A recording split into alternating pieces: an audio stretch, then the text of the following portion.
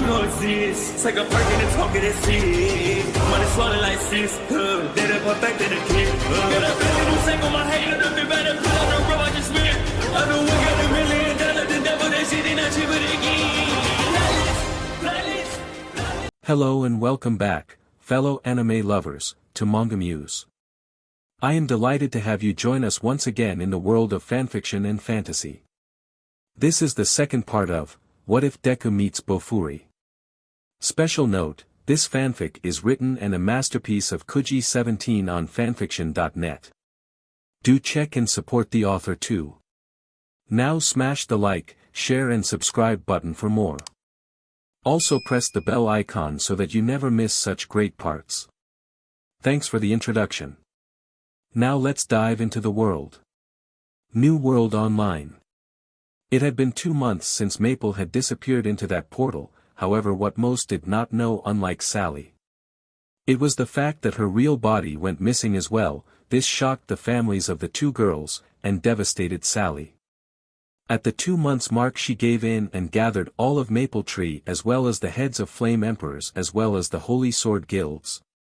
Needless to say they were all shocked and taken by surprise but did not think she was making it up, as they all knew Sally and Maple were friends IRL. So when Sally said she was going to get past the field of monsters the admin set up to prevent people from going through the portal. In order to find Maple on the side of it, they calmed her down enough to try and propose a plan to help her. The reason for the field of monsters, something the creators did not want to admit, was that for some reason in terms of software that portal did not exist. Nor could they make the space in the game it was on untouchable for whatever reason, so their solution. Since Maple was gone, they filled the area with every boss monster in the game so that only Maple stood a chance of getting past them all to the portal. Wait a minute, why are you 2 wanting to risk your lives to help me? My guild mates I can get, but why you 2? Sally asked Payne and Mi after they proposed they go with her through the portal to back her up. I cannot stand by and do nothing while my true rival is in unknown danger. Mi said, placing her right hand on her chest with a huff in an exaggerated fashion. I'm hurt, am I not strong enough to call your rival? Payne responded to Mi in a sarcastic voice. Mi simply returned it with curt humph. But as for why I am helping Maple, well, as a fellow great shielder I want to help her, he said as the room suddenly became silent with even his guild mates staring at him in awe. Did I say something odd just now? Payne asked them all, pulling a Maple just now without realizing it. You're a great shielder. Everyone shouted as they began drowning him in questions left and right. After a bit more time answering their bewildered questions he got them back on topic. Currently there is a literal army of boss monsters standing between us and the portal. But I have a plan to get around that issue. Payne told them as he began telling them his plan to increase their numbers for the plan. Are you sure this will work? Sally asked him, not completely confident in his idea. It will, as someone whose job IRL it is to calm down a client's angry customer base. I also know by extension how to rile up a customer base. Payne said, smirking before they finalized the details of the plan. They made sure that only the executives in this room knew the truth of what was going to happen. Making sure to exchange contact info for their families or bosses as well as their real-life info with one another. However, Sally made them all agree on one thing first: if they were to ever get separated, then their priority goal was to rescue Maple first and not stray from the mission by trying to find the others, trusting them to either find a way home themselves after they rescued Maple. The day had come, and both Payne and Mi sent their guild's great shielders to lead the charge against the boss monsters with a plan. All the great shielders all had stout guardian and max health recovery potions to survive the first 2 waves of attacks, with the long-range fighter blasting them with magic or arrows. Then the frontline fighter moved in after them, carving a pathway down the middle, while the long range continued to do more damage where their comrades were not. Normally just 2 whole guilds could not keep up with the almost instant respawn rate of all these boss monsters long enough to reach the portal. However, Payne had declared a challenge on as many of the messaging boards for the game he could, rattling almost all the other guilds to join the fight as well. It was decided that only Payne and Mi from the two guilds would go with Sally, Chrome, as well as Mai and Yui. Everyone at first rejected their volunteering for the mission, but after being told their story they relented, much to the joy of the two young girls. Mei and Yui, it turned out that they had gotten a deadly illness that was treatable but not curable. As a result, they had only a few years left to live, as the treatments only delayed it. So when Maple gave them the chance to make friends for the first in their lives, and go on adventures, it was the literal world to them. As such, dying while saving her was something they were okay with, however they would only provide Sally and the others with support due to their young age. The admins watching this were freaking out, wondering why in the fresh hell all these guilds thought they had something to prove. Admin number 1, look there, Holy Sword and Flame Emperors are leading the charge with. Oh god, it's them. Admin number 2, even without Maple there, her guild is still causing trouble. After the realization, this devolved into confused shouting among themselves as they are trying to figure out the goal here. This was when they noticed they were carving a path towards the portal. Do these people have a death wish? They all thought unable to do anything but pray to their monster's army for success. The group of Maple's guild and the elite heads from the other two were steadily making progress on their way to the portal. Slashing, smashing, and blasting away with magic any monsters on either side, with Chrome and Payne, who was using a shield for the first time in a long time, defending them all. However, the further they got to the portal, the more they were getting surrounded, till they reached the point where they had to make a mad dash past the monsters. Sally carried Mai while Mi carried Yui, both slowing down slightly so the rest of the portal group could keep up with them. However, just as they almost reached it, Mi was unable to dodge an icicle attack, so she tossed Yui to Sally to catch. Fortunately, the triple-layered barrier from Francesca kept Mi alive. As she then used her fire spell, she shot herself like a flaming rocket towards Payne. Chrome blocked a hit about to hit Sally, who was too busy catching Yui. As the four were about to fall through the portal, Dread used his god speed skill to take Iz to them, throwing her to them. Pass them here, Chrome said, holding his arms open to catch the twins so Sally could catch Iz. Don't drop them, Sally responded, throwing the twins to him, catching Iz just in time. With that, Chrome, Yui, and Mai went through the portal together, with Iz and Sally going as a separate pair. Payne and Mi quickly followed, as Payne was still carrying / holding on to Mi, with her using her fire spells once again to boost them to the gate. They went through, the others accepted death and were wiped out, with one last thought going through all their minds. Come back safely with Maple, we will be waiting. They thought soon after had to deal with the grieving relatives / angry bosses of the team who went through the portal. Hokkaido, Chrome, Yui, and Mai.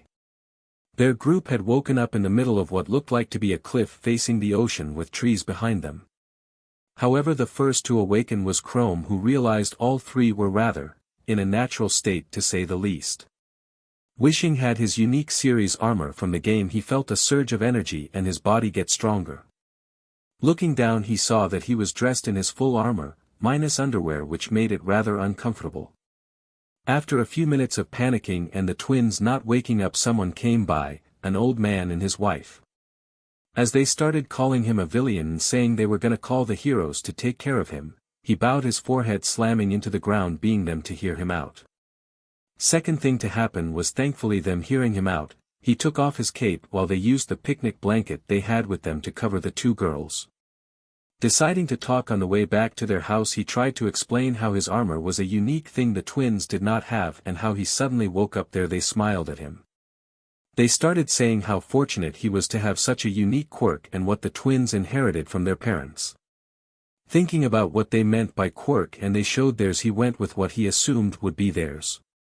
He told them they had super strength, but he did not know their limit yet. Also, he decided to roll with the sibling thing to make sure they were not separated.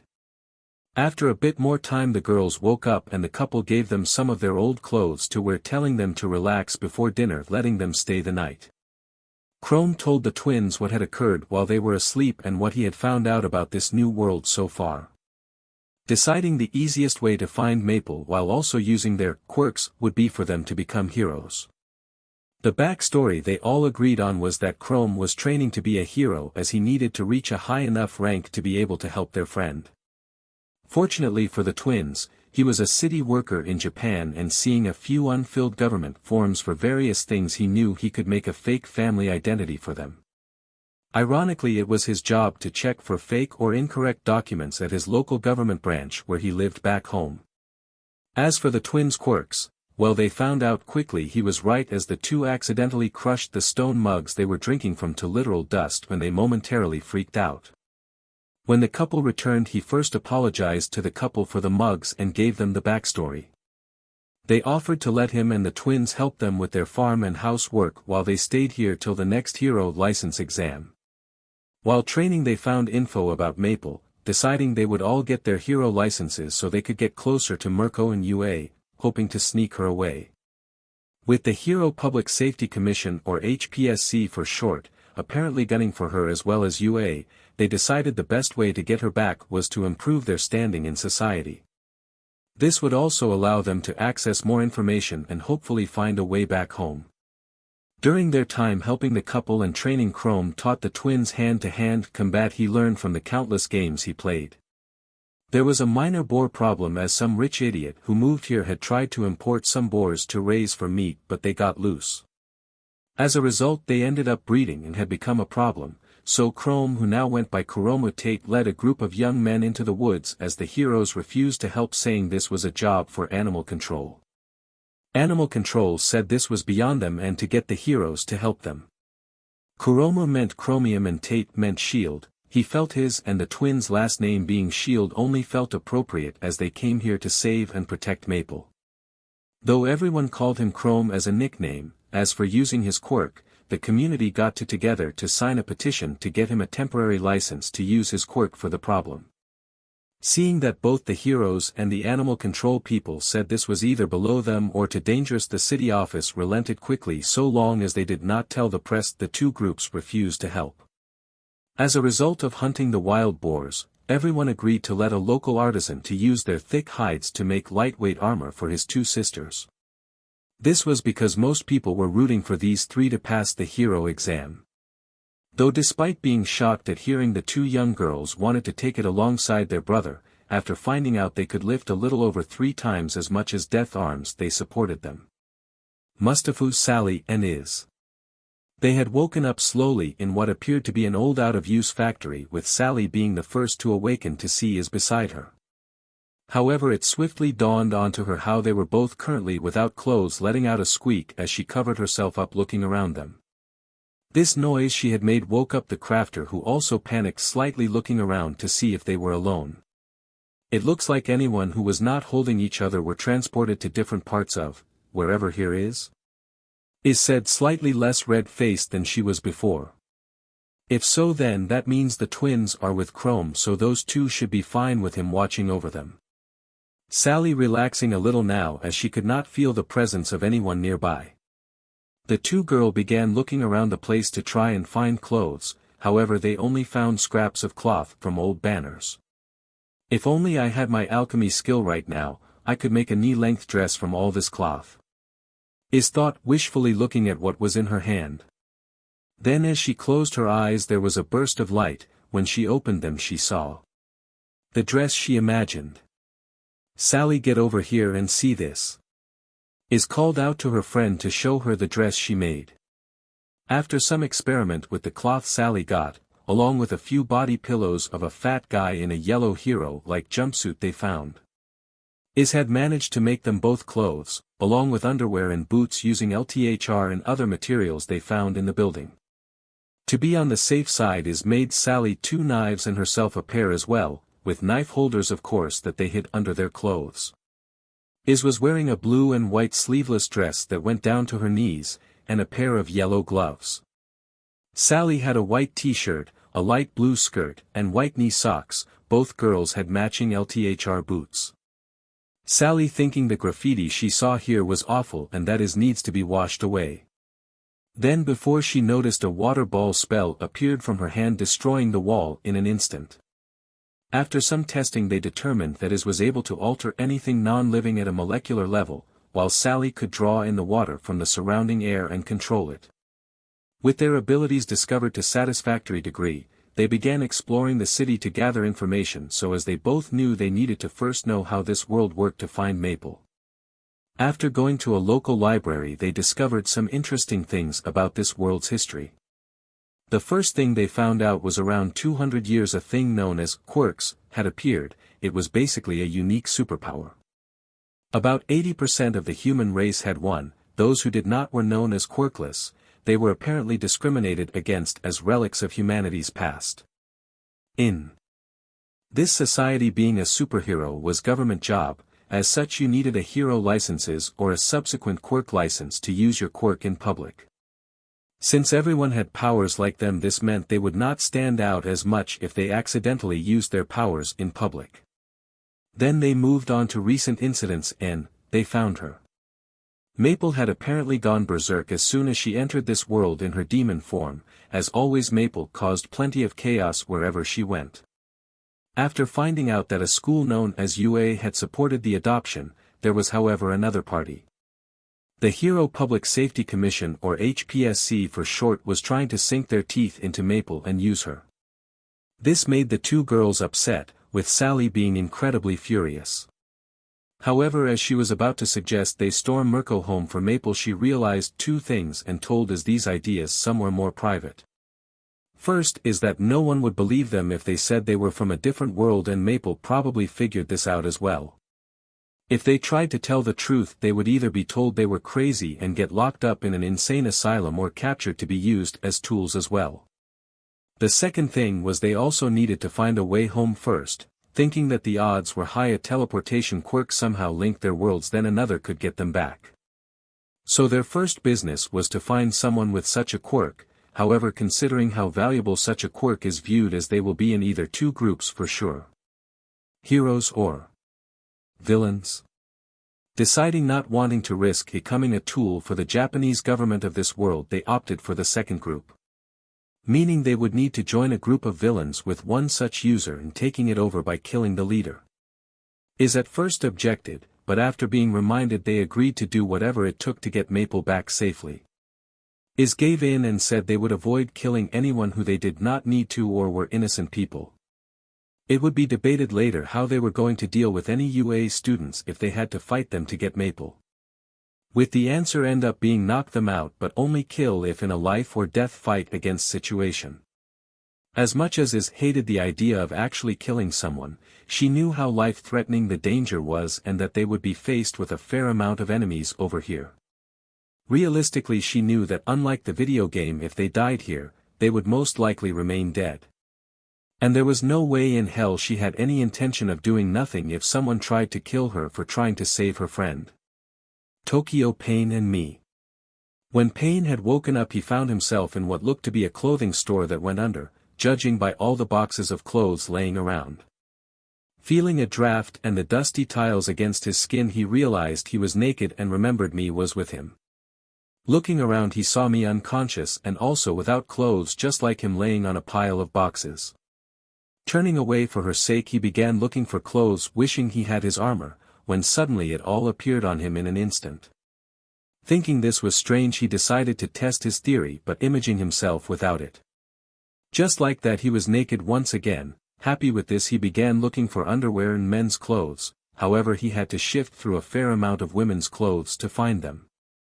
At some point Mi woke up and began panicking when she realized they both naked. Fortunately for them, he covered her mouth in time.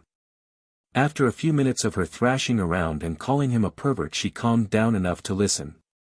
Testing her flame magic, she was able to create a small flame in the palm of her hand. With a light source, this made them finding clothes easier, albeit more embarrassing.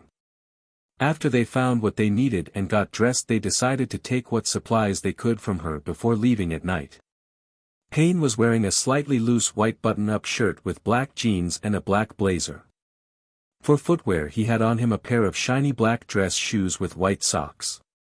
He also picked up a light blue handkerchief that reminded him of his armor, so he decided to go with it.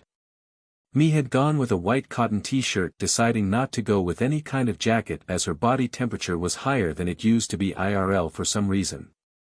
She assumed this was due to her being able to manipulate fire freely in this new body. Due to this fact, she decided against pants and went with a red skirt that ended just above the knees.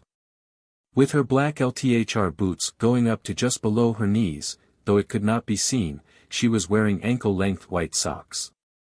However, unlike Payne, who did not get a hat, she chose to go with a strong black plastic hairband that was meant for fire quirk users, so she did not have to worry about burning it. She also had a thin red scarf around her neck that was also fireproof. She marks on her neck from sleeping on the boxes and decided to cover them up to be safe. They filled 2 large travel bags each with spare clothes, some of the little accessories they found around the shop, and some money like coins under table or employee lockers. Fortunately, the store had water bottles, albeit room temperature bottles, left in the staff fridge in the break room. There were some stale crackers that the two shared. Talking about what to do next, they decided that they would leave at around just before dawn while it was still dark. Then they would proceed to the local library to get some necessary information. Scared but not wanting to admit it, Mi wrapped herself around Payne's arm, saying this was to prevent them from getting separated by crowds.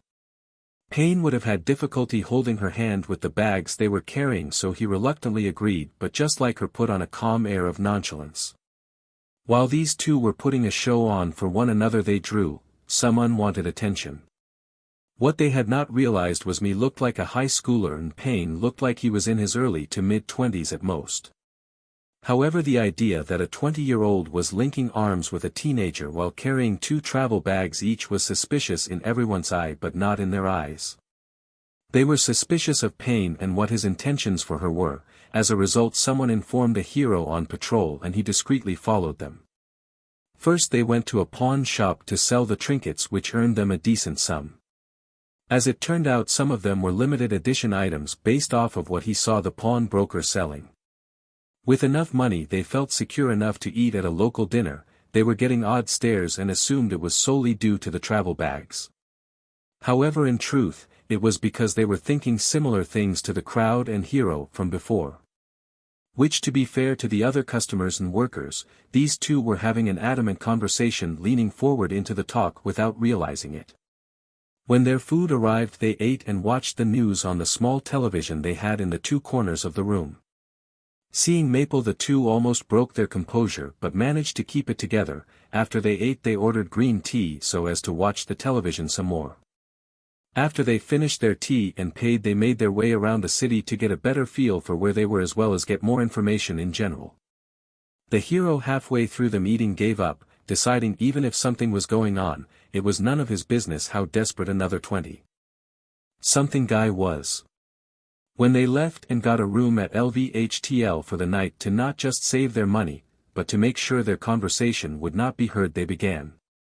The old women working as a receptionist warned Payne not to be too rough when doing it or Mi would be wobbling into class the next Monday. This made both of them go red as tomatoes as they hurried to their room for the night, with the old lady chuckling at the pair. The discussions were lengthy, but eventually they decided that first they would find a way to earn a stable income without having to break the law. However, they could not let their fighting skills get sloppy, so they agreed to do vigilante work as well. They could have become professional heroes but decided against being tied down by red tape. Their second decision was to wait the 1.5 years that UA would take to hold a summer classes for her class, assuming she would be applying next year. As most schools held some sort of summer classes for both good and bad students, they figure a hero school would also hold one to further their students' training. Since they both ate dinner earlier, now all was left to shower and go to sleep. However, there was no door to the bathroom. The reason they chose this room was cause it was discounted due to a customer breaking the bathroom door last week. They would have paid a little extra for a bathroom with a door, but due to the comment made by her, they signed quickly for the room, agreeing with her suggestion. Now it was too late for them to go down and get a different room, so they got an idea: rock, paper, scissors.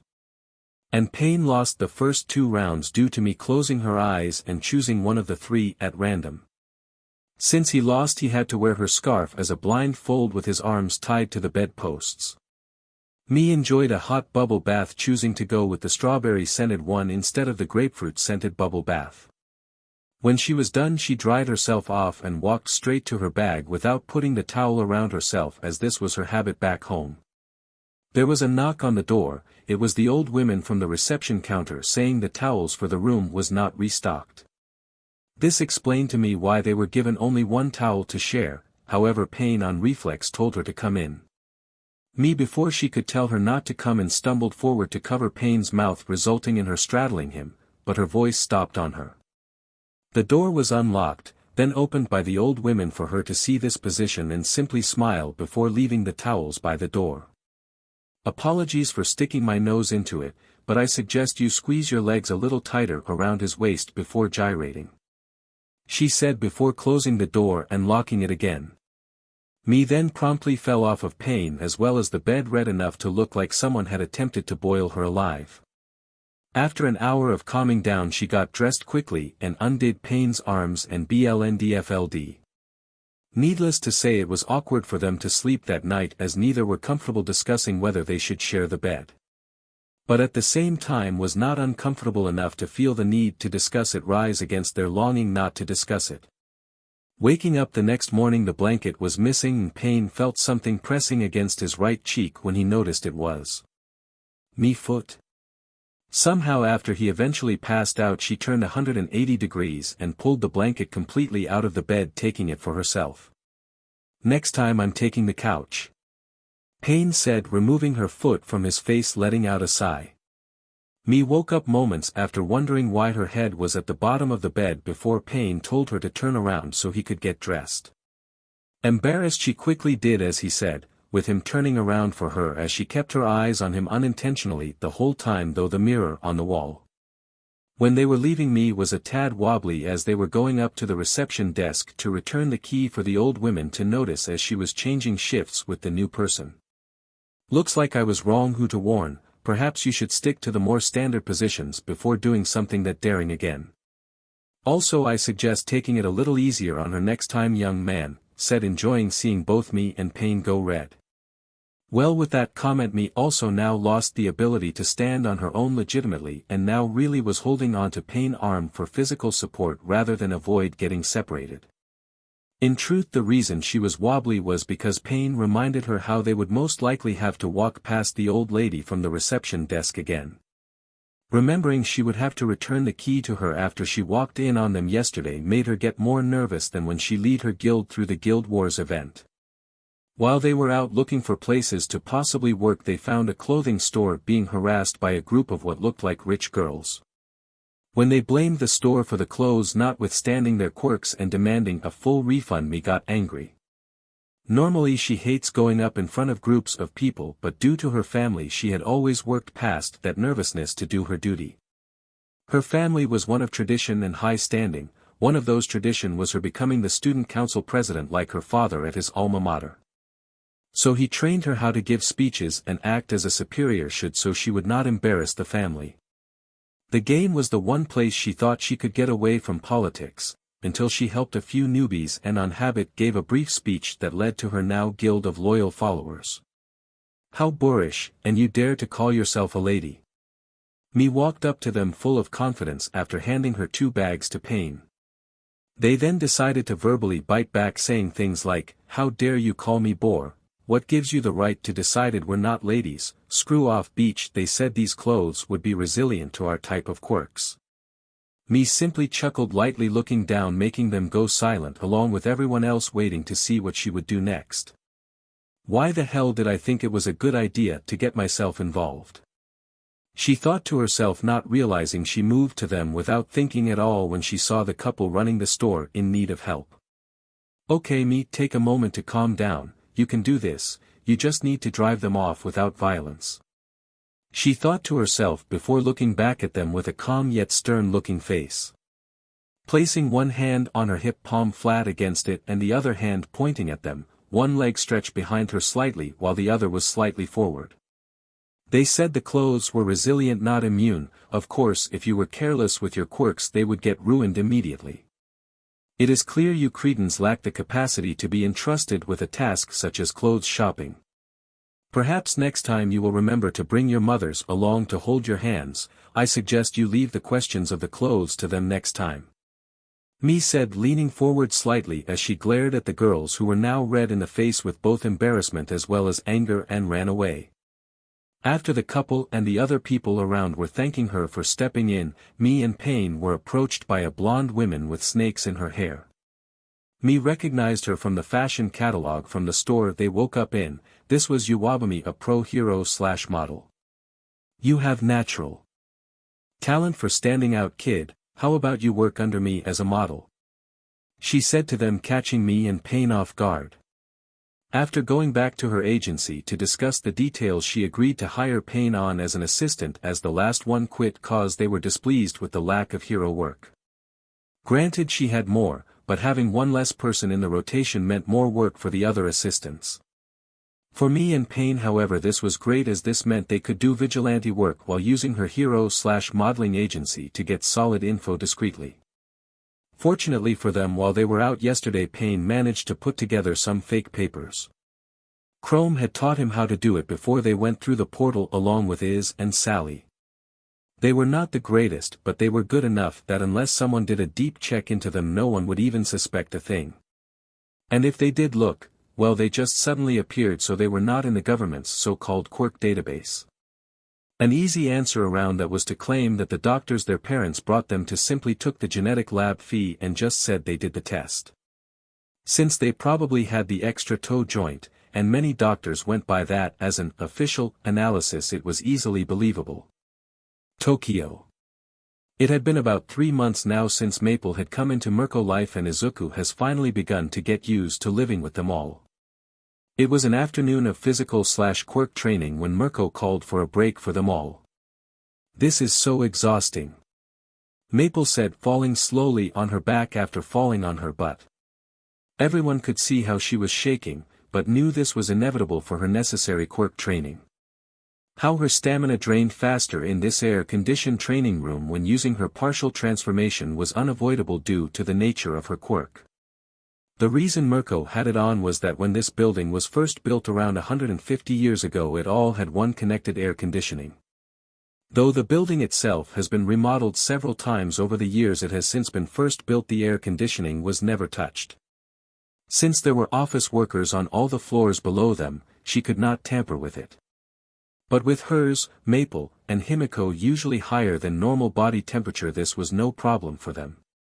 Izuku, noticing this could become a problem in the future for Maple hero career, asked Mirko if he could use her grandfather's old workshop. Mirko agreed to let him use it so long as he was careful and showed her he knew how to use all the tools in there. Once he did, she gave him a spending limit on materials he could buy, and if needed to go over he would need to explain to her why. Fortunately, he was able to procure the materials he needed at a local support gear supplier, having it delivered there the next day. With a bit of help from Maple, Himiko, and Mirko, he was able to get it all to the workshop after Mirko signed for it. After drawing some concept art for the design's aesthetics based off of Maple's description of what she wanted, he began working on it. Which no one knew was that she was describing her black armor from the game, as a result. The outside layer was an aluminum alloy composite that as a result was both strong but was also very flexible. After having her wear it for a few hours before training, the true function of it was revealed to everyone. I'm not cold anymore," Maple said, feeling the warmth spread throughout her armor parts after she had transformed. Looking to him for an explanation, Izuku gladly explained to them how this was possible.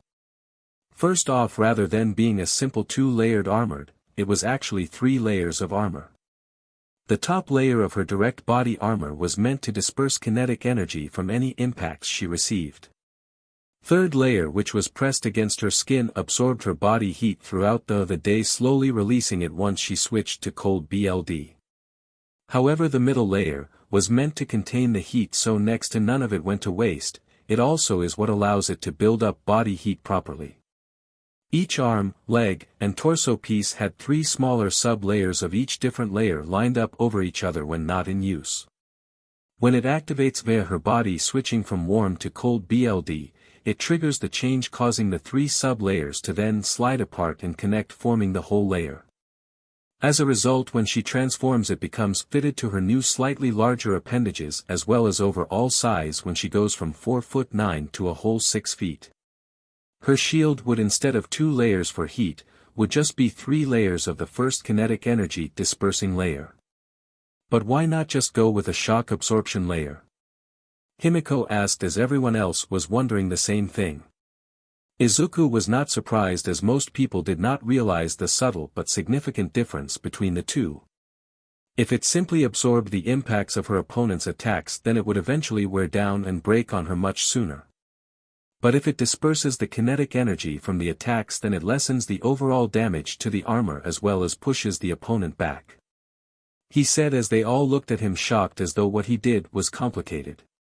Her shield, unfortunately the one part that could not be folded to fit under her clothes throughout the day, would end up needing to be stored somewhere. "You are amazing, Izukun." Maple screamed in joy as she brought him into a nearly bone-crushing hug, as she ended up suffocating him with her chst by accident. After Izuku began frantically tapping her arm, she let him go, apologizing for taking his oxygen just before Mirko called Nizu and said they were all going to UA the next day. Maple naturally would begin to hug Nizu immediately on sight of him as usual, saying he was adorable, with Himiko joining in on the hugging action. Nizu would end up shrugging this off as nothing, like usual, as he was used to this sort of thing from children and some of the more brazen students like Nijai or Hado. "UA. Incredible, young man. Simply incredible work," Nizu said after he calmed down from going into another of his hysterical laughing fits. Nizu was, needless to say, unsurprised when it turned out that the boy Mirko had ended up taking in turned out to be special. At this rate, he was starting to genuinely think she had a second quirk that drew in talented children. When she had called him telling him about what they made for Maple, well, to say the mouse was interested was an understatement. Power Loader himself was even more awestruck, trying to figure out how this kid could create something like her armor. Unfortunately, or fortunately for him, depending how one looks at it, Nizu said he was guaranteed a spot in the upcoming year support course. It was fortunate for Power Loader in the sense he got a talented student on par with that of the third-year students. However, what was unfortunate was that he was Mirko kid, and he knew one lab accident from another student hurting him would send Mirko in a literal but kicking mood. More specifically, his butt would be the one she would be in the mood to kick, and he definitely did not fancy that one bit. When they come here once a week from now on to make use of the fake cities for Maple practicing her full-size transformation. You will start teaching him how to incorporate DNA into fabric so he can make Himiko costume next. Nizu said, chuckling at the sight of the twitching Power Loader trying to figure out how he got stuck in this situation. Going to the faux city block, Maple gave a nod to the others as she stripped off her armor, beginning to grow to full size. At her maximum height she was just about 95 feet tall, bigger than Mount Lady at roughly 68 feet. Though her size compared to Mirko office building/home, made it so Maple face in her full transformation as she stands on 2 feet, just a little shorter than Mirko building by a few feet or so. Though only 6 floors, with the top one being her personal living quarters. The rest were rather large offices. As a result, when this building was first built it was considered a giant of industry. More of a status symbol for businesses who rented it, so they could say their business was so booming that they required a larger workspace than any of its competitors. Though it has died down a little from that prestige, it is still considered a very powerful status symbol till this day. So much so that a few companies renting out the spaces got some of their biggest contracts due to the influence working in this building gave them. Due to the layers of soundproofing between floors, no one could hear their neighbors above or below them, even when Mirko was doing her daily training. Back to Maple and her city walking training, they knew she could hold herself together in what many called her demon form for a bit of time. However, currently that was only without any sort of violence directed to her. If she was attacked right now, well, another rampage would be difficult to avoid if not inevitable. Today's training though was simply for her to learn how to walk without breaking the streets she walked across. Granted, they would almost certainly be deserted if a situation arose that required her to use her full transformation in order to survive. As for the results of the empty and peaceful block, her destruction total was surprisingly impressive. First she smashed about 3 dozen windows on her right side as she lifted one of her arms up a bit. Then when she instinctively apologized by bowing, she had straightened her tail, breaking all the windows of a floor facing her of the building on her left. Due to her tail going through one window and smashing all the others along with the chunks of concrete walls in between the individual window sections. Then accidentally kicked a parked car into another one down the street, causing both to explode. Following this incredible footwork, she noticed litter and bent down to pick it up. However, her large hands accidentally tore out chunks of sidewalk with the single can, as she was not used to picking up such small things. This was all, by the way, just within 1 block, resulting in her being a tad depressed at the damage she accidentally caused. Though Mirko and Midnight tried to comfort her by pointing out the street would already be in utter ruins if she needed to transform anyway. Though it helped a little, as Himiko and Izuku were also there to help comfort her about her lack of full control. Deciding that this was enough today, they went home and did a bit of light exercises in her partial transformed state. While on the way home, Himiko picked up a fashion magazine, and on the cover was the snake hero, Iwabumi, with apparently her new apprentice. While all the others did not recognize her, Maple on the other hand, could have sworn they looked just like me. However, Maple shakes the thought that it was the real me, as that would be impossible, figuring she just had a look-alike in this world. Even if Mi is here as well, there is no way she would do something like become a model. She already has a strong time leading her own guild in an online game, no way that shy girl would become a model. She thought to herself, giggling a little, making the others wonder what she was laughing about. However, she did not realize this, and none of them asked her, as they thought it was some kind of secret joke only she could understand. Somewhere in Japan. He had been running for several blocks already through these currently deserted streets, with the midnight silence being his only other companion aside from his attacker. It has been 4 months. Why have they not forgotten about me? He thought to himself, questioning why they would not just let him fade away into the background of society. Quickly looking in the sky and around him, as he found an open door to a small convenience store in which he decided to enter. Unfortunately for him, the reason it was open at this time of night was that 2 people were in the middle of robbing the place blind after they had clearly destroyed the cameras. Needless to say, they noticed him immediately, one of them pulling out small curved gardening knife. "What are you dash?" the robber was about to yell before a feather pierced his throat, pulling itself out sideways, slicing his throat open. The other robber was sputtering in a failed attempt to speak, before 2 larger feathers coming from opposite sides of his neck came together to decapitate him. I swear I knew nothing about the children." The scientist tried to defend himself, hoping his life would be spared. Slowly walking up to him, Hawk scoffed and looked at him with a look of utter disgust for this man who practically just admitted to his crimes. It had been 4 months since the incident with that Maple girl breaking free from the lab. "You just said children, as in more than one. But as far anyone outside of that lab knows, there was only that Maple girl." Hawks asked him, pointing out his slip-up of words and stating how they proved to the hero how he knew she was there. However, just as they were about to stab the man through his chest, a circular flat blade of water decapitated the scientist. Looking back, he saw a girl dressed in all blue with brown hair, and under the light of the moon her brown eyes had an almost reddish glow to them. Those eyes, however, they were burning with a passionate fury that screamed of a personal connection to this man she had killed. Her smile, though, it was for lack of a better word, broken and unhinged, as if the reality she just murdered someone had not even set in. Thinking about how she looked to be about the same age as that Maple girl, a thought immediately crossed the pro-hero's mind. Did she manage to escape the lab by herself before that Maple girl went on her rampage?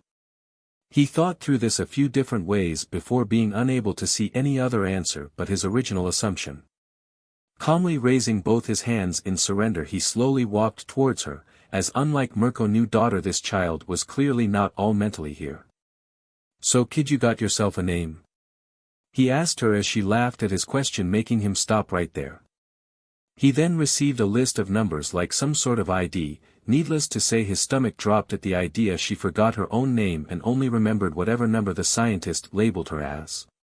For Sally, though, she simply wanted to mess with him and thought it was better not to give her name to the HPSC attack dog yet.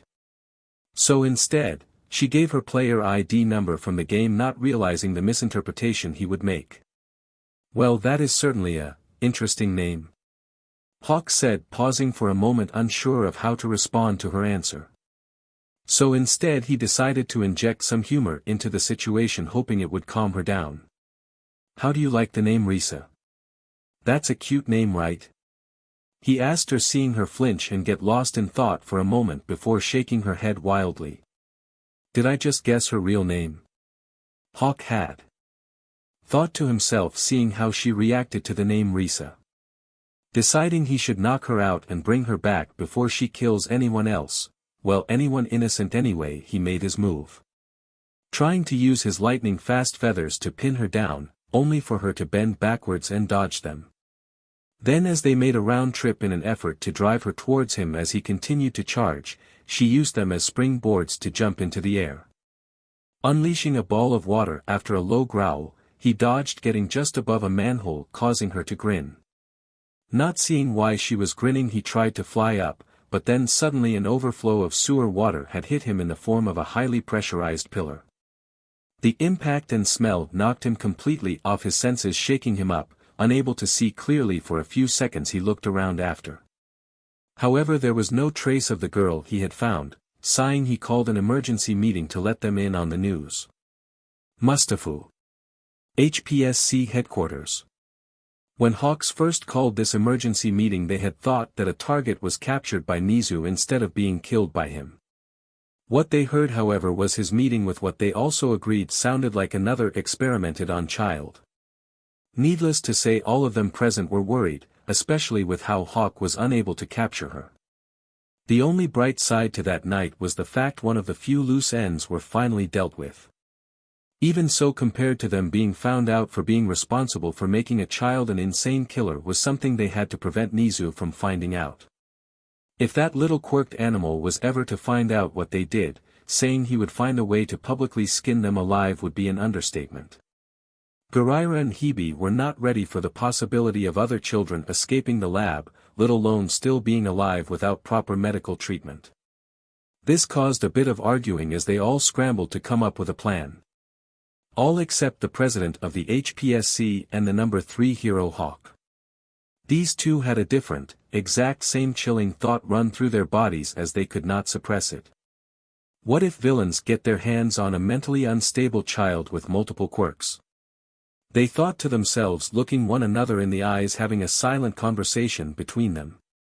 The reason they believed she had multiple quirks was due to the fact that she clearly sensed his attack from behind coming. Also, Hawk could have sworn her body began glowing slightly blue after she dodged his first feather attack. After deciding they needed to calm the others here down before bringing it up, they went to it. Needless to say that they decided to not put an official notice of her presence in case the Meta Quirk Liberation Army caught wind through a spy in the police force or hero ranking. Mustafa UA. Midnight was sitting in her office going through her paperwork rather than the teacher's lounge as per usual. This development was due to the fact that her colleagues were poking fun at her after finding out where she has been spending all her days and weekends off. As well as the family outings that have been posted online by hers and Mirko fans who caught them on camera. Granted, she and Mirko posted a few pictures here and there on Mirko's social media. As tantalizing as the thought was, is 4 months truly enough time to fall in love with someone? Did she have the right to be a mother, to enjoy a family life with how she was? These questions ran through her head along with all the times she was called out for being a pervert or other such things in public. When suddenly a cough was heard, snapping her out of her thoughts for her to see it was Aizawa staring down at her. Perhaps him, being the only married person on staff, could answer her questions for her. Just skip the bullshit of you not wanting to talk and get to the part where you stop being stubborn and tell me what's wrong. Aizawa said, sighing with his usual sledgehammer-like delicacy. Going into the large amounts of time she had been spending with them, how she was enjoying pampering the kids, and the way she enjoyed teasing Rumi. She emptied it all out for her friend, including how she loved that rabbit women and the pseudo-family they had somehow unintentionally built together. Do I have a right to be happy with them? She asked him, finally knowing whether good or bad he would give her as straight an answer as humanly possible. How in the hell am I supposed to know? He said, shrugging his shoulders, almost making her fall out of her chair. Before she could ask him why he answered like that, he continued. All I can say is that you have feelings and all of them do as well. If being a family is what will make you and them happy, then that is all there is to it, whether or not you deserve to be happy. No one can decide such a thing for another person, nor does one have the right to decide such a thing for another person. Aizawa said, rubbing his temples at the bewildered look on Midnight's face. Now if you excuse, I need to get home to Emi. After a long day of teaching I need a lap pillow and some cuddle time with our cat. He said, sighing as he got up from his chair and left Midnight by herself to think on what he just said to her. Only I can decide for myself what to do. Midnight said aloud to herself as he pondered her long-time friend's advice. Clicking her fingertips together as she played with them, she came to her conclusion at last. Letting Nizu know she needed the next 2 days off. Suddenly she was expecting a no, but to her surprise he said yes as though he was expecting it. Deciding not to dwell on that, she went to a local jeweler and gave them measurements for Rumi's ring finger and her own ring finger. Then she was told they would be ready to be picked up in the afternoon, and she told Rumi she would be by tomorrow night. Tokyo. Rumi was surprised when Midnight said she was going to be coming today despite it originally being a work day. This confused her, but at the same time made that warm feeling in her stomach return like it always did when she came over. Though she only began to feel this sensation recently, it was one that she was beginning to grow addicted to feeling. Her instincts told her to prepare something special tonight, so she decided to make an Italian dinner. Until Maple she was not much of a cook, but since taking her and the other two in, she has been practicing and learning new cooking techniques/recipes. When Nemuri arrived, she was holding a bottle of expensive wine, meaning she was right that something important was about to happen tonight. After dinner Izuku went to sleep early courtesy of a glass of wine they let him have with his dinner, not realizing how much of a lightweight the kid was. Himiko became more cuddly and giggly with Maple, peppering her with kisses all over, with Maple doing the same. Needless to say, the two women decided to give them some privacy, knowing they would not see any bite marks the next morning. Something they felt was odd for Himiko. It was as if Maple had some sort of healing quirk on top of her transformation quirk. For the two adults, however, who only had the slightest of buzzes due to their natural tolerances for alcohol. They had a brief bath together, with Nemuri being a little more handsy than usual with Rumi, but not enough for her to tell the other women to stop. Rumi, can you stand by the side of your bed for a moment? Nemuri asked the rabbit women, doing as she asked. Discreetly pulling out the rings while her back was turned for a moment, Nemuri knelt down on one knee, surprising the women when she turned around to look. Rumi Usajiyama, will you take me as your wife and fellow mother of your children? Nemuri said softly, grabbing a hold of Rumi's hand, holding out the wedding ring. I will. Was all she could get out clearly before stopping to take in the feelings of tears welling up in her eyes. Though these tears were tears that she would not call a sign of weakness, for these were tears of joy. Letting her now wife put the ring on her finger as she stood up for them to be at eye level now. Giving Rumi the other ring, the rabbit hero put it on her hand before giving it a gentle squeeze. Kissing gently with a soft peck of their lips, having it turn quickly into a heated and passionate embrace, they fell down on the bed, undressing one another, now consummating their marriage. When the next morning came and Rumi found herself wrapped in Nemuri's arms. Her face buried in the 18-plus heroine's bosom as they buried their face in her snow-white hair. Want to go down to City Hall later today with the kids to sign the forms? Midnight asked her wife, who was wrapping her arms around their waist. Of course, Maple and Himiko are definitely going to go nuts when they hear the news at breakfast though. Rumi said back, chuckling at the thought of a now complete family. Later at breakfast, just as predicted, Himiko and Maple began jumping up and down while holding their hands. As though by fate, or rather Himiko and Maple simply being on the same wavelength, which is absolutely the more accurate and real answer. Izuku was blushing and embarrassed while congratulating them through a face covered by his hands. Needless to say, they drew plenty of attention as one, they were both recognized by most, and two, it was not every day two women came down to City Hall to get married. Naturally they called up Aizawa and his wife Emi, who acted as witnesses for it to be official. As of this day, Midnight new name was Namuri Usajiyama, one that when she returned to work on Monday would surprise them all greatly. Nizu, however, thanks to Aizawa heads up, had insisted on doing a toast with champagne in the staff room for the two of them both coming over. Needless to say, when the news spread in the school, by the end of the day the media was already covering the story. This was actually quite the welcome distraction for the HPSC, as it took people attention away from the convenience store with the scientist and two criminals that Hawk had not enough time to burn down to hide the evidence. Mustafa, Sally and Iz. It has been nearly 2 months since the two had arrived and heard nothing of Chrome, My, Yui, Payne, or Me.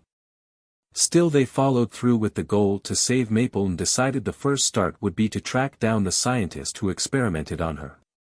Unfortunately for the HPSC, Sally and Iz were under the impression they found Maple then experimented on her, causing her to go berserk. When in truth the reason Maple went berserk was because when her demon transformation skill got converted into a quirk, it was all unleashed all at once. The all was the bloodlust, BLD cravings, and mental strain from the quirk being unleashed all at once.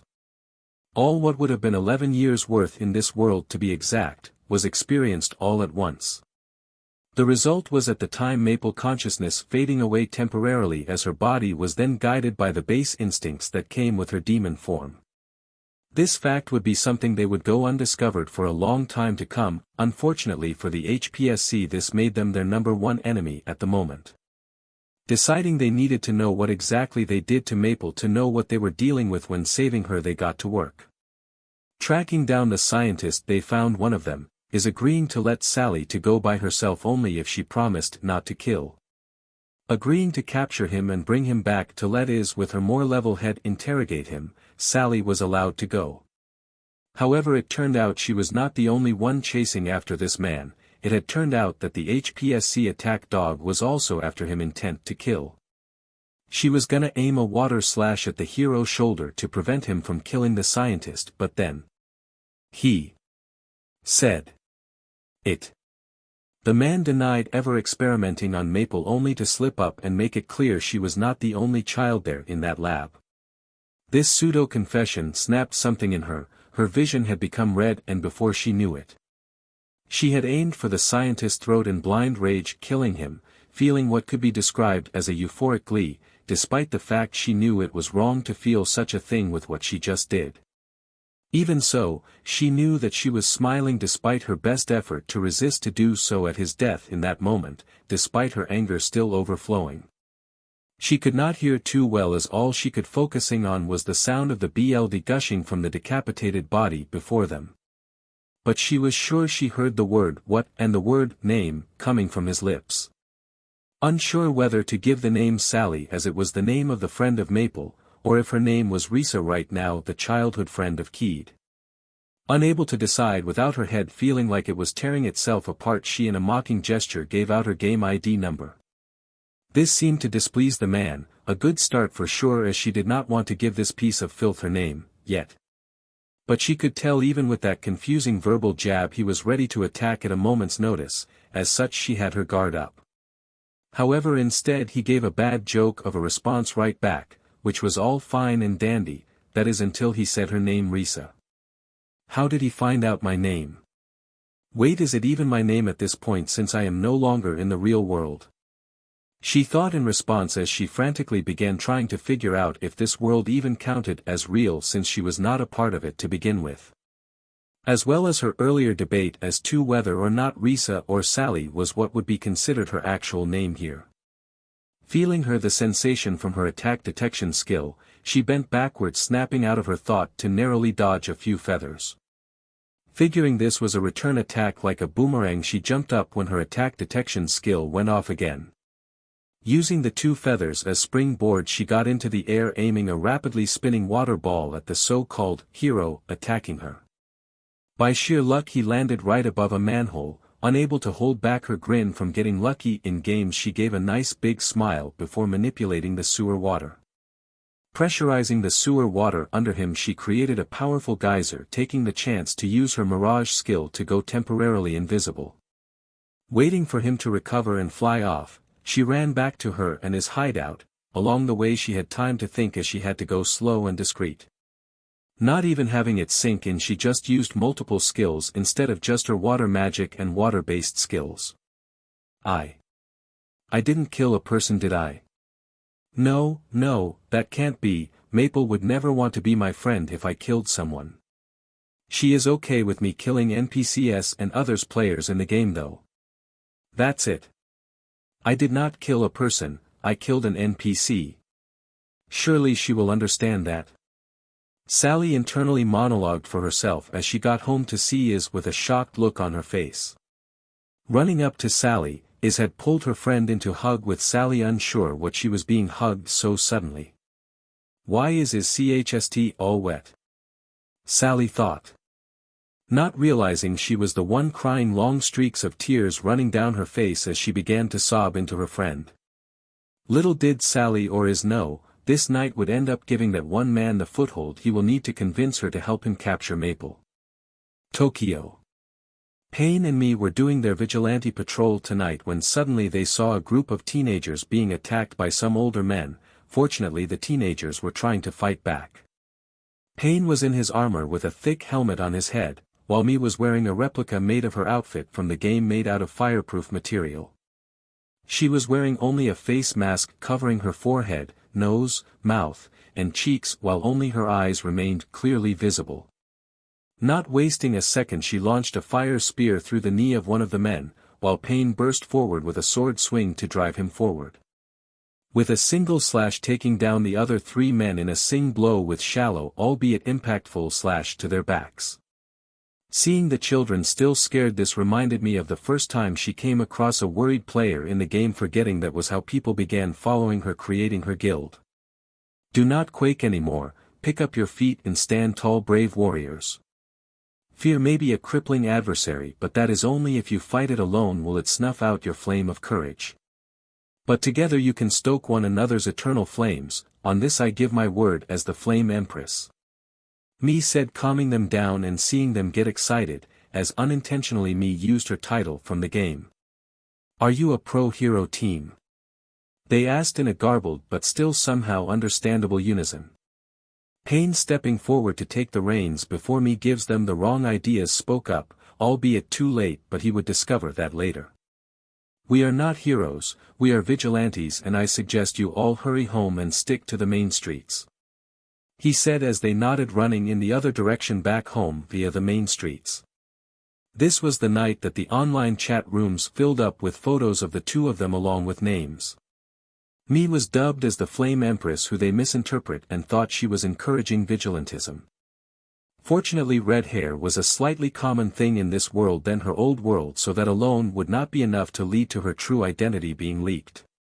Payne was dubbed as the Platinum Paladin, who fought in a shiny awe-inspiring armor, with a great shield to protect the weak.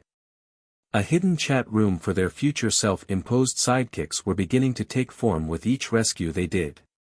On it the sidekicks posted information and shared videos/audio clips of them with each other to post on media sharing websites as polished videos outlining these speeches.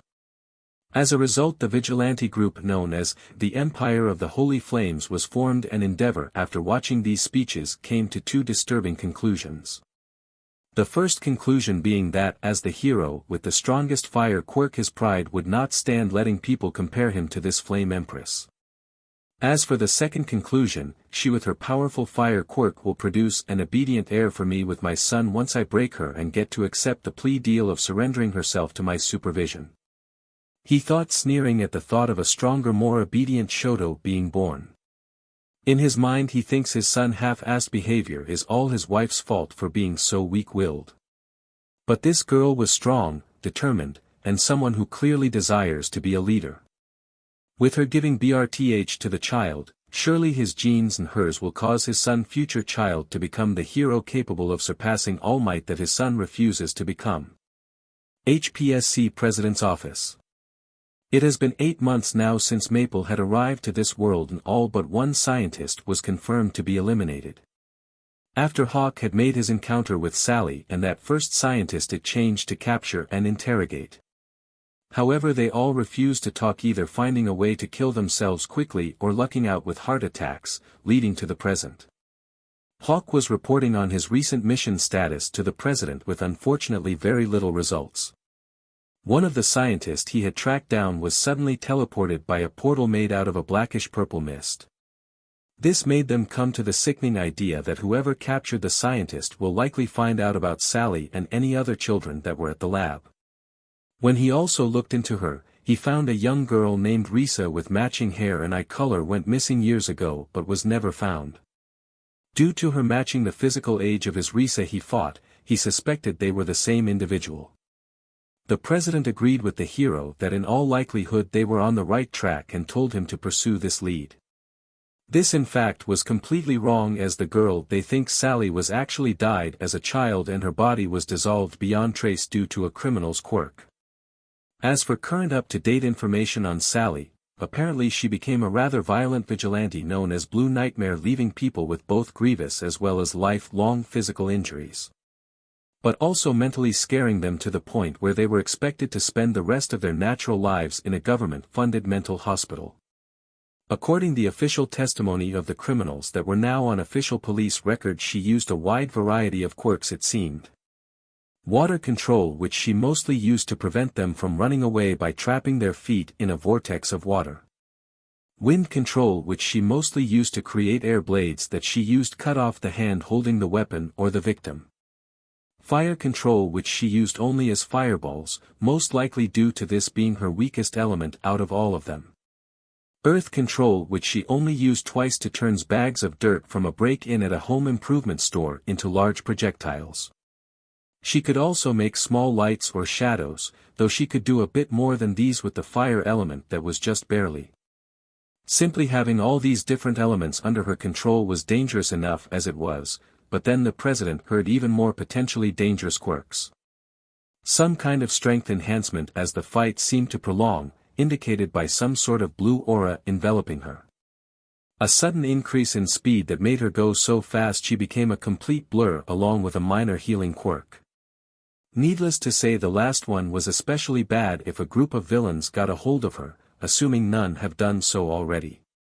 And this was all with just what they did know she could do. For all they knew, she had even more up her sleeve. This was by far one of the worst outcomes, as Nizu would no doubt find out about her through the police reports. Look at this here though, I believe these two girls may very well have also been rescued. She said, showing him the video of the last hero exam. UNEZU office. The mouse principal had read a series of recently made and very disturbing police reports given to him by the detective about a new young vigilante believed to be around his student's age. Deciding that it was best to keep it secret, he took notice of them. He had the officer on video call via his personal off of the book's phone he paid for himself.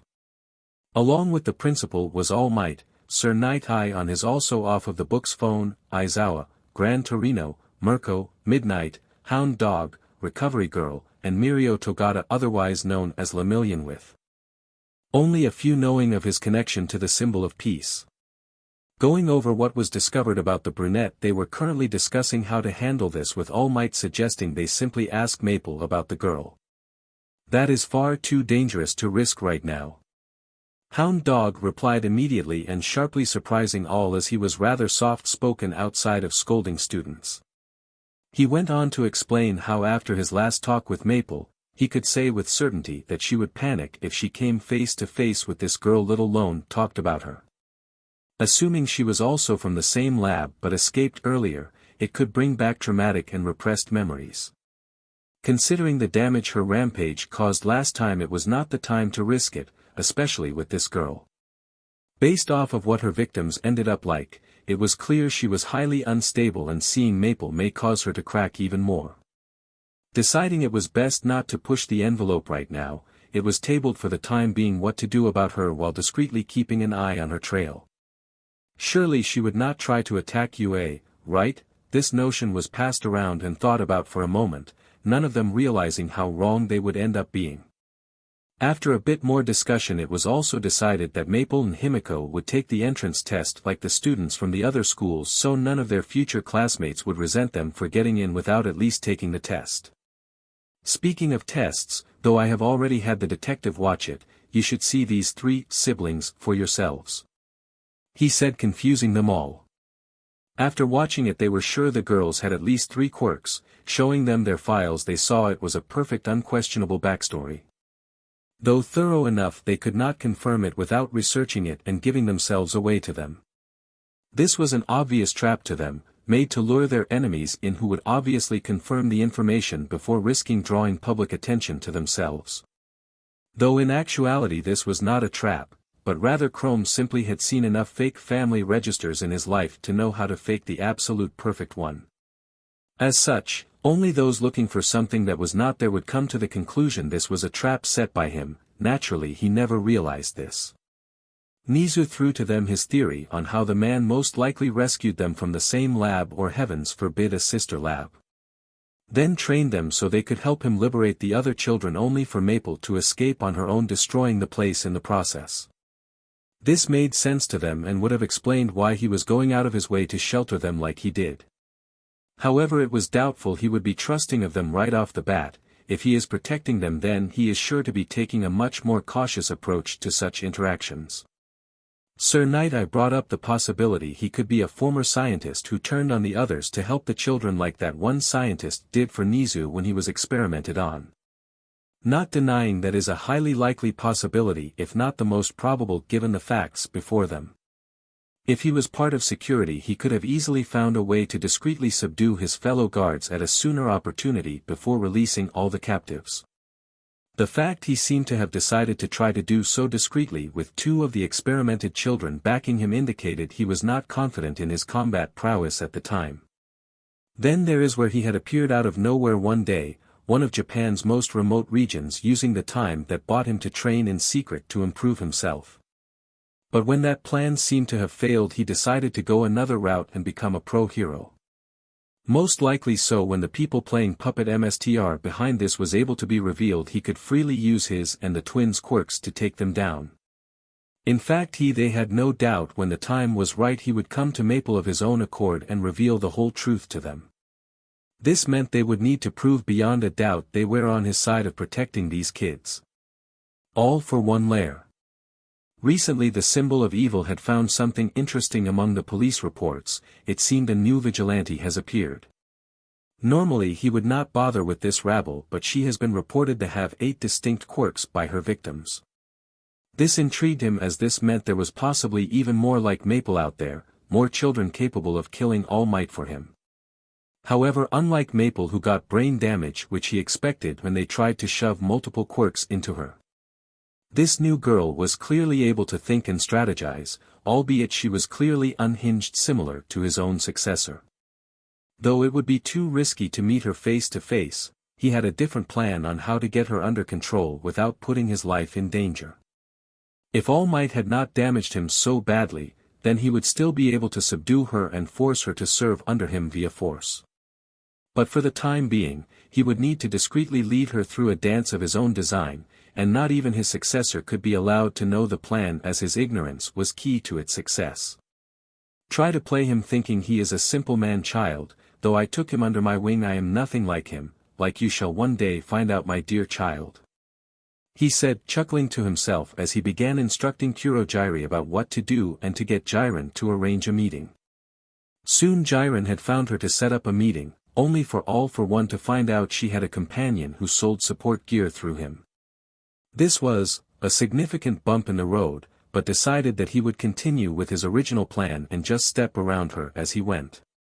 Setting up a mental link to Kurojirai with a quirk he had so they could have full conversations, nearly screamed into his subordinate's head when he saw her companion. She was a woman of between 20 and 22 based off his estimates from having nearly 200 years of experience.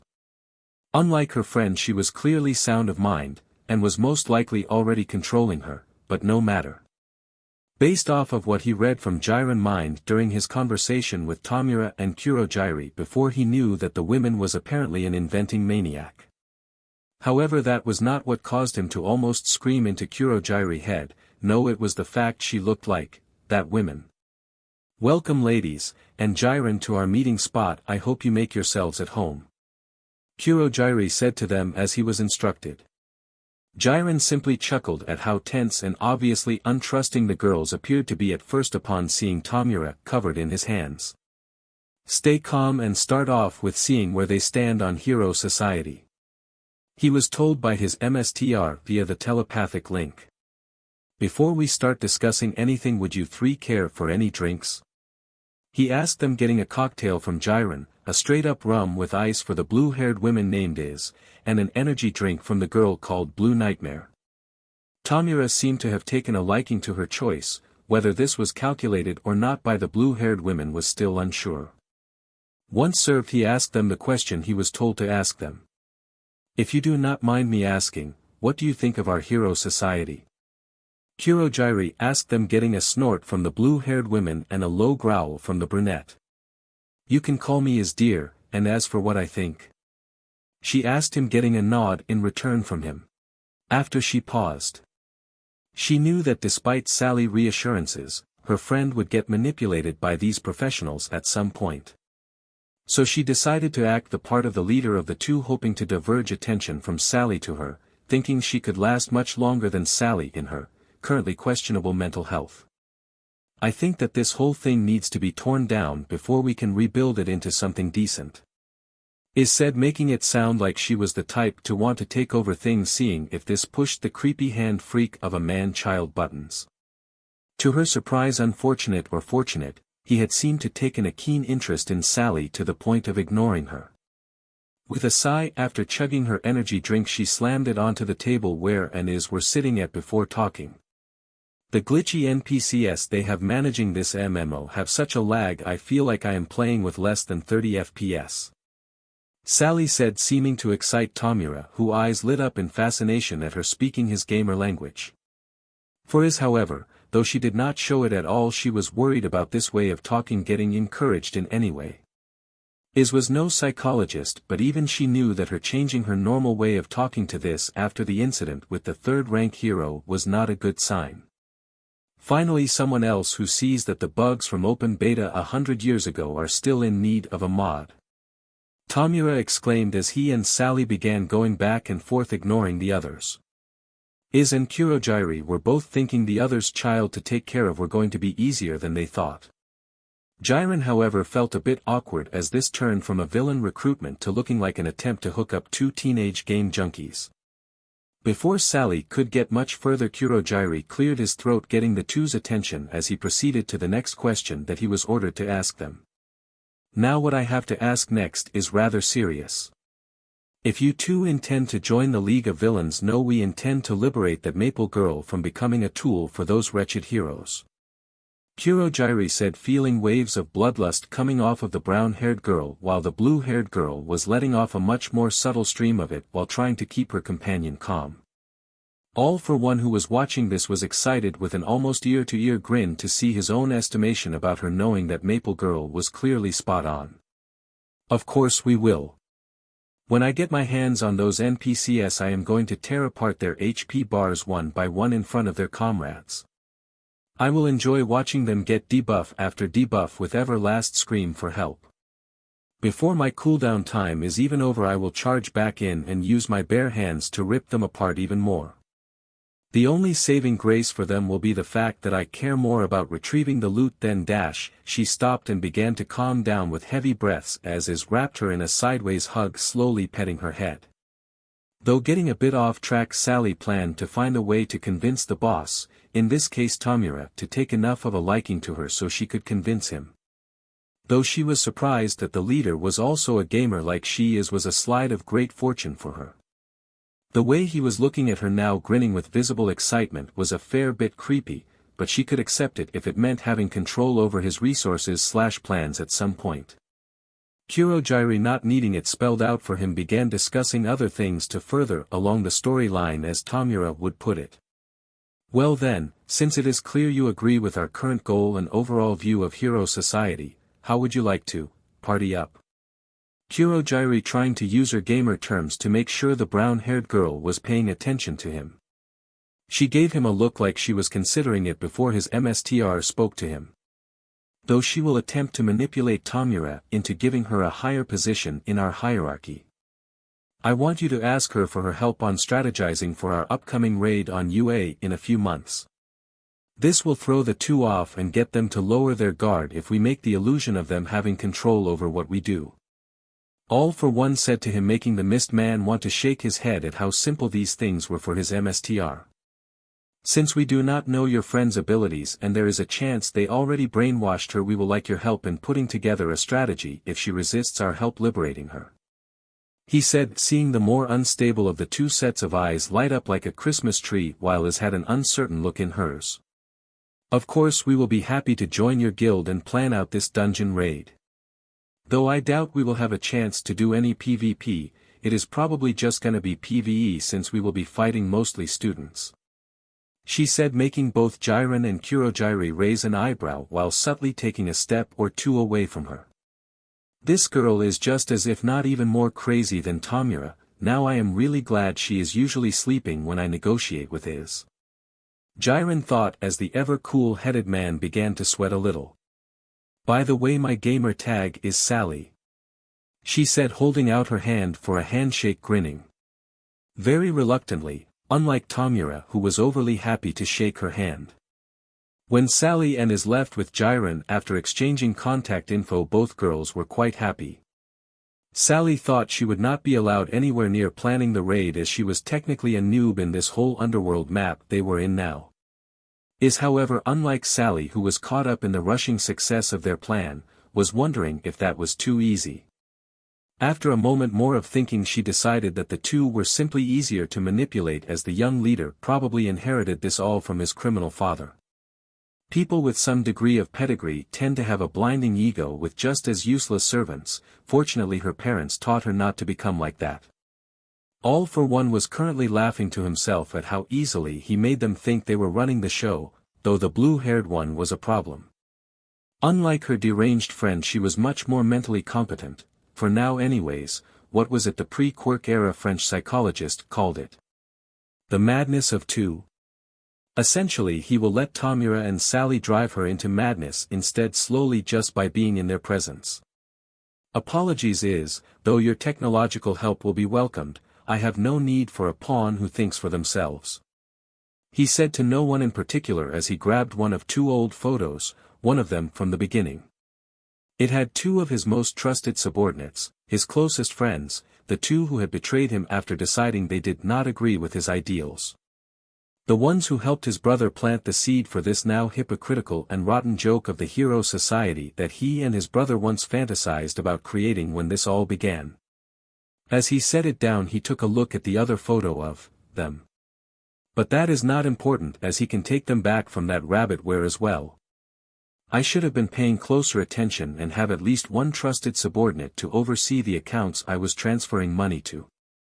All for One said, sighing as he recalled when he found out how he let them slip through his fingers cause of it. At a random abandoned building.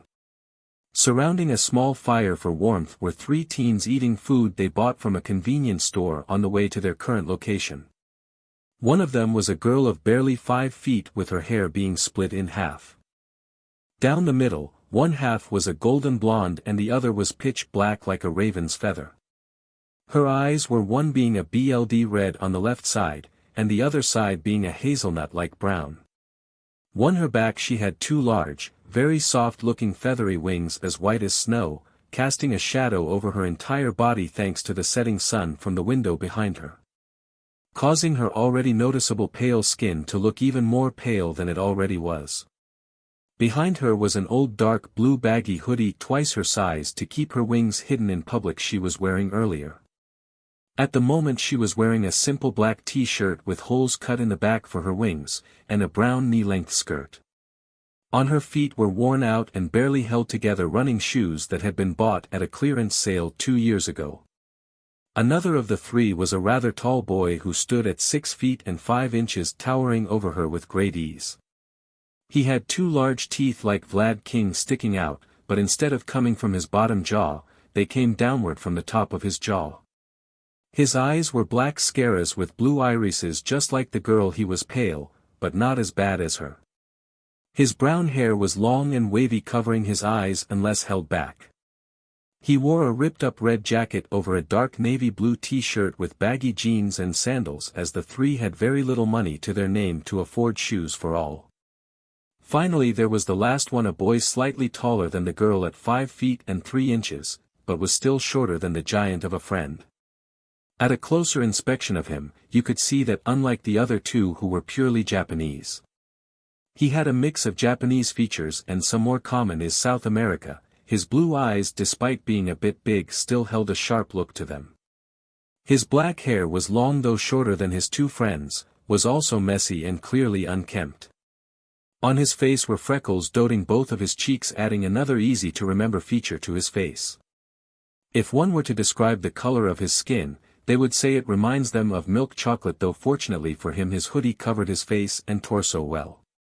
His jeans along with it were ripped up, and like the other boy also wore sandals, as at the time of the girl getting her shoes they insisted not to worry about them. While eating their dinner the tallest of the three coughed into his hand to get their attention. Things have been getting out of hand lately with Blue Nightmare showing up. Wakayama said, rubbing his temples in frustration as they could no longer risk going out at night. Drunk idiots leaving bars were the easiest as well as the safest targets for them to go after. Even if they rarely had cash on them and the three only had a day to use the credit cards before throwing them away. Any ideas on what to do, and no strpr jokes? I don't care how desperate we are, we will not resort to that lifestyle. He said as his half-Japanese friend lowered their raised hand.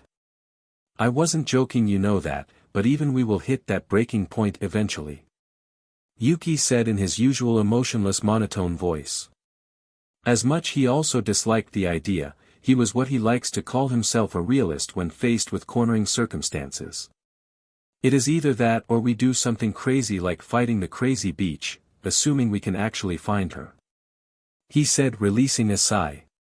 The girl of the group simply shook her head at these two as she could only ponder how these two would survive without each other. If those are our options, then I say we fight. Sei said to her two friends as their pickpocketing way of survival was on the decline. The two boys looked at her surprised that she would suggest fighting as she was known to avoid it at all costs. I am not saying we go in ill-equipped. If we do decide to fight her, then we need to pick up some cheap weapons and practice some basic martial arts before doing so. She said, making it clear it was not a decision she made lightly before she spoke up. After a bit more back and forth they agreed to go with her suggestion of fighting rather than hiding in a corner like they have been up till now. Non-school associated hero exam. Though it had changed a few times over the decades, there were 5 times a year currently for people to apply for the hero license exam. 2 of which were for hero schools while the other 3 were for those outside of hero schools. This consisted mostly of hero school students who failed to get their provisional license in school. As a result, anyone who passed these were given their full hero license, but that meant that these tests were harder than the ones the students did. This proved true as the students only had 2 parts while they had 3 to contend with. The first was the same for both, combat, as even the heroes who rarely fought on the front line still needed bare minimum combat skills if called upon for help. Second test was what differed for them, as the students had rescue for the second while they would have it for the third test. For them the second test was investigation, as the police were usually more strapped for resources as governments funneled more into heroes. As such, to make the police calm down and stop complaining about their lack of resources hindering their abilities to investigate. The officials in power made investigation a necessary part of this exam, as the students who got their provisional license could simply learn it through work studies. The adults who failed to get a single work study with heroes in high school would learn it slowly from those who they join as sidekicks with for the beginning of their careers. This satisfied the police, as heroes could do investigations into the criminals for raids themselves instead of the police sending what little manpower they had to assist them in that. Though it still left the police underfunded compared to the pre-Quirk era where they were the main law enforcers. If it meant the heroes could actually continue to pick up the slack they were believed to be capable of handling, then fine. This however became unrealistic in recent years, as shortly after the previous HPSC president was killed by Lady Nagant. The new HPSC president had prioritized flashy and stronger quirks, only keeping the investigation section in place cause the current police chief stood up to her. He had told her that if she removed it the police would all go on strike, leaving everything to the heroes. Obviously, despite how confident the HPSC acted, they knew that without the police there the heroes would be overwhelmed very quickly. However, she got around it by making it a stage where if they failed, then they just got a provisional license for a few months before sending them to another hero to teach them. Once the hero they sent them to learn under, who very quickly in most cases signed off on it after getting a small budget increase for their agency, they gave them the passing marks for investigation. As much as this irked the police chief, he decided to bite his tongue, as pushing harder even nowadays would lead to an even more strained relationship between heroes and the police. After all, it was barely working as it was. This meant that as far as he was concerned, the beach had him in checkmate, for now anyways. Back to the stars of the show, the man along with his two sisters registering themselves and receiving their applicant numbers. Normally they would still need a letter of recommendation from a pro-hero or someone of significance within the government job chain to do so. As such, he was given a letter by the coordinator of the heroes in charge of where they landed, as they did not want to say a random civilian replaced a hero where needed, since doing such a thing would also cause them to look bad back at the main headquarters in Mustafa. Once the group of 3 received their numbers, they made their way to the waiting area where people were eyeing them. He was no fool, he could tell what they were thinking, as well as heard what none of them realized were not subtle whispers. Those 3 will be easy pickings. Did he bring his sisters with him as his sidekicks? His armor may look creepy, but it is well made, compared to their armor. If I take him down the other 2 will follow quickly. These were just some of the many things people were saying about them. Chrome, they're talking about us. Yui said, pulling on his sleeve as she whispered it to him much more subtly than the other people here, so she unlike them went unheard by everyone. Chrome patting her head to calm her down, before kneeling down to their eye level, he spoke to both twins in a sort of group huddle. Don't let them get to you. Think about what Maple would do if people talked down to her like this. He said, the messily shuffling both of their hair. Mai took a moment to think, imaging Maple in their shoes before she decided to speak up to the other 2 of their 3-person team. She would smile at them and tell them sorry before eating them or drowning them in her poison. Mai asked them as they all then laughed, agreeing she was probably right about that. This joyous get-together irked some of the people around them, causing a group of 15 or so to come up to them. Get out of here. The one at front, who they supposed was the leader, spoke up to them, pointing. We have a right to be here just like you. Chrome said, standing up straight and hiding the 2 behind him, putting his shield forward. Like you have any right to come here and play with your little sisters. They said again, making people give them more room. However, this also caused a quiet and calmer chorus of agreement amongst those there watching this unfold. Everyone here is serious about passing. Me and the others all failed our test as hero students, and this is our last chance. He said, trying to sound tough, not realizing this just made him look more pathetic in the eyes of the family standing before him. When Chrome heard it, he literally scoffed at them, causing them to become angrier at him. Fortunately, they could not lay a finger on them yet without getting disqualified. If you failed the easier exam at least 3 times, 6 at the absolute most, then you have no idea what you are doing. He said, finding out through his research how much easier the student exam was compared to this.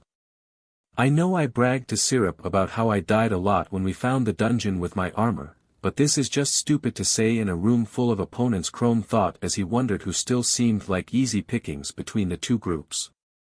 Sadly, it would turn out for him that him and his sisters would seem to be the more easier group to defeat for whatever point system they did this year.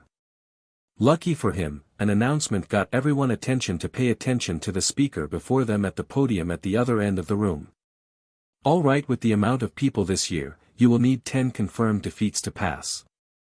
Everyone will be given 3 sensors, one for their forehead, heart, and just below their neck on their back. If any of these 3 get destroyed, you will be considered too lethally injured to continue fighting and be eliminated.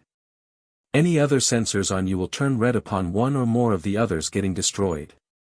Everyone can choose whatever entrances to exit out of onto the combat field. After that you have 10 minutes to move around before the fighting begins.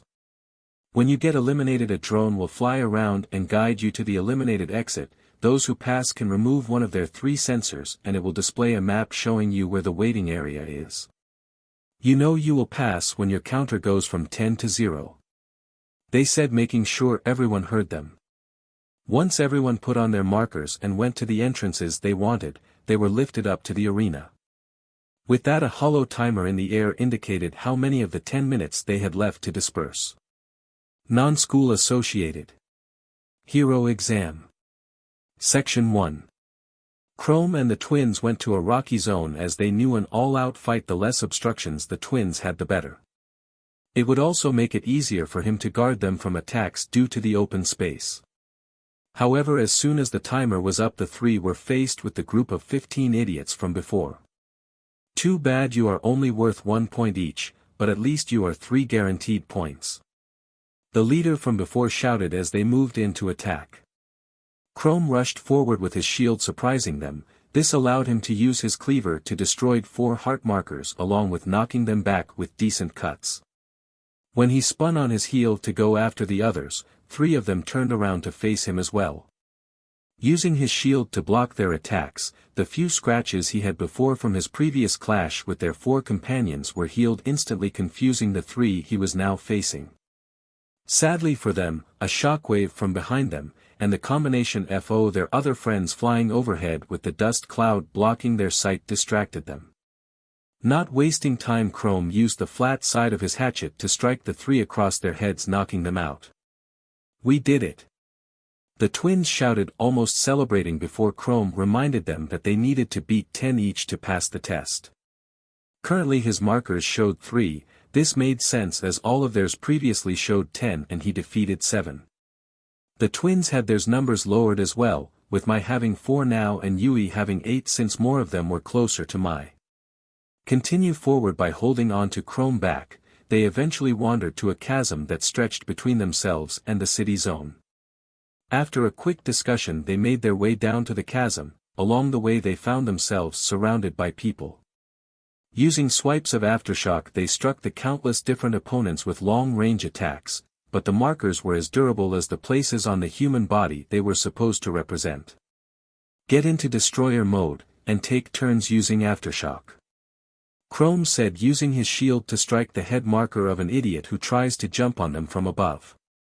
Going into destroyer mode instantly drained a lot of their energy, but that was okay. As their now red aura meant they were now able to aim more accurately despite their naturally bad athletic skills they had in real life, and their strength had increased as well. Originally in the game all it did was increase the size of hitboxes and lower the cooldowns for other skills. Their vitality was also halved and the damage they would take was then doubled as a cost for doing this back in the game.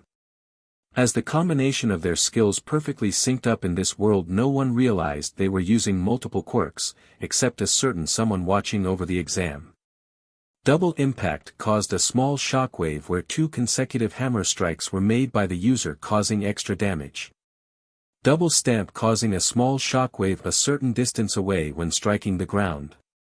Double strike that caused anyone or thing they hit when activating it to experience a second hit of damage that counted as a separate attack. Aftershock that caused a secondary shockwave to be released when they swung their hammers. Back in the game none of these could be stacked on top of each other but could have been used consecutively if the players wanted to do that. Sadly for these people, now that they were quirks, they were not bound by the limitations of a game server, resulting in all of them now being able to activate at the same time. This created a living hell, reaching everyone just outside the city limits in this exam field, also causing a literal minor aftershock outside on the real streets, scaring the public. Due to the now quirks working in complete sync though, as far as the officials could tell they only had 3 quirks. 24/7 enhanced strength as registered already, the ability to produce shockwaves that they figured out only due to the air attacks. Finally was destroyer mode that they just assumed was an extra strength enchantment on top of their constant strength like death arms had, which most people did not realize was technically a mutant quirk as it was always active for him as well as the girls. Non-school associated. Hero exam. Observation room. The proctors who usually did not have the president herself join them were only able to hold themselves together cause of her presence. Even so, all of them were in shock to see the overwhelming power of these little girls, not realizing themselves that they were using multiple quirks. However, the president herself was a different story, knowing to keep an eye out for children with multiple quirks. How did that man come across those two? She thought to herself, running over different scenarios in an attempt to make sense of it all. Well, unknown circumstances aside, such overwhelming power should not have gone unnoticed by the Quirk Registration Agency, or QRA for short. The proctors, after coming out of their initial shock, called up the head of the QRA. How the hell did all of this go unregistered? The lead proctor screamed into the video chat before playing clips from the exam just now. This left them flabbergasted, unable to respond. Then they noticed the file said they had the extra toe joint. You idiots are using that old wives' tale as an official prognosis. He screamed at the head of the QRA once again as his attempt to explain himself only made him look more incompetent. Since all quirk specialists and child pediatricians fall under their subversion in terms reporting on new quirks or changes to already known quirks, this meant that they were responsible for such a mess. Kuromo unknowingly, as a result of this test, caused all quirk doctors to immediately go under review of their methods and patience to try and mitigate the damage already done. Sadly for the HPSC, since they worked closely with the QRA, this also caused them to get, as the saying goes, egg on their face, cause of this. The president of the HPSC on the other hand did not care too much about this, as she knew they could weather the storm much easier. Since Nizu had been pushing, the option for quirkless to participate in hero exams was made official, it put them way in the positive for PR. So a hit like this to them, which will be relatively small compared to the QRA since she will push almost all blame onto them for this incident, will be one they can recover from in a short time. Calm down everyone, we still have an exam to focus on, leave the incompetent doctors to the QRA. She said, getting them all to calm down. She then abruptly ended the call on the QRA without so much as looking away from the test footage currently going on.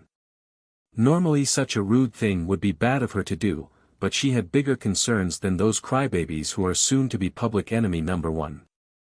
Especially when she reminds the public indirectly without revealing herself that a person's mental state at that young age can also drastically affect their quirk potential, which includes whether it awakens or not. Non-school associated. Hero exam. Section 1. When the twins had finally come to a stop with their attacks, they had noticed the condition they left the test field in. Looks like those guys got a little too intense, didn't they, Hamai? Yui said to her sister, hoping that she had an excuse to give Chrome, who was staring down at them with his arms crossed. Indeed, Yui, I wonder who among them could have caused this much damage. Mai said, chuckling nervously, unable to come up with an answer for them to give Chrome, despite her clearly pleading eyes for a lifeline. Chrome did not take it easy on them as he bopped both their heads, though obviously not too strong since they were not used to fighting people not as durable as himself. I said for you two to only use 2 quirks, not you know. All of them. He said, pointing out to the destruction around them. As well as the side of the city buildings facing them that now had huge craters with tiny rocks at the center of them. Fortunately for him though, their attack either destroyed or heavily damaged all the nearby drones, causing the others to keep their distance. Due to this, they were not heard as the sensors had no audio relay ability built into them. The twins thought they would have to walk to the rest area by themselves, but then 2 people crawled out of the pile of unconscious competitors clearly still in. Looking to him and the twins, clearly too exhausted to continue the fight, they asked if he could spare them once they saw he had a 2 on his sensors. With an apologetic nod of no, he rushed them, as he defeated them a thought came to their minds, at least we lost to the brother around our age and not the little girls, as if it would make any difference to the heroes who gave them the reference letters. Non-school associated. Hero exam. Everyone who had passed and made it to the rest area were shocked to see the two little girls and their brother in the creepy armor in there. This caused not 2 but 3 different trains of thought among the other applicants. First one was that he incapacitated 20 people for them and let them get the credit for an easy defeat. If so, then that meant he took down 30 other guys no problem without seeming to have even broken a sweat. Second train of thought was that they stole points by jumping into the middle of fights between 2 or more people that were almost done.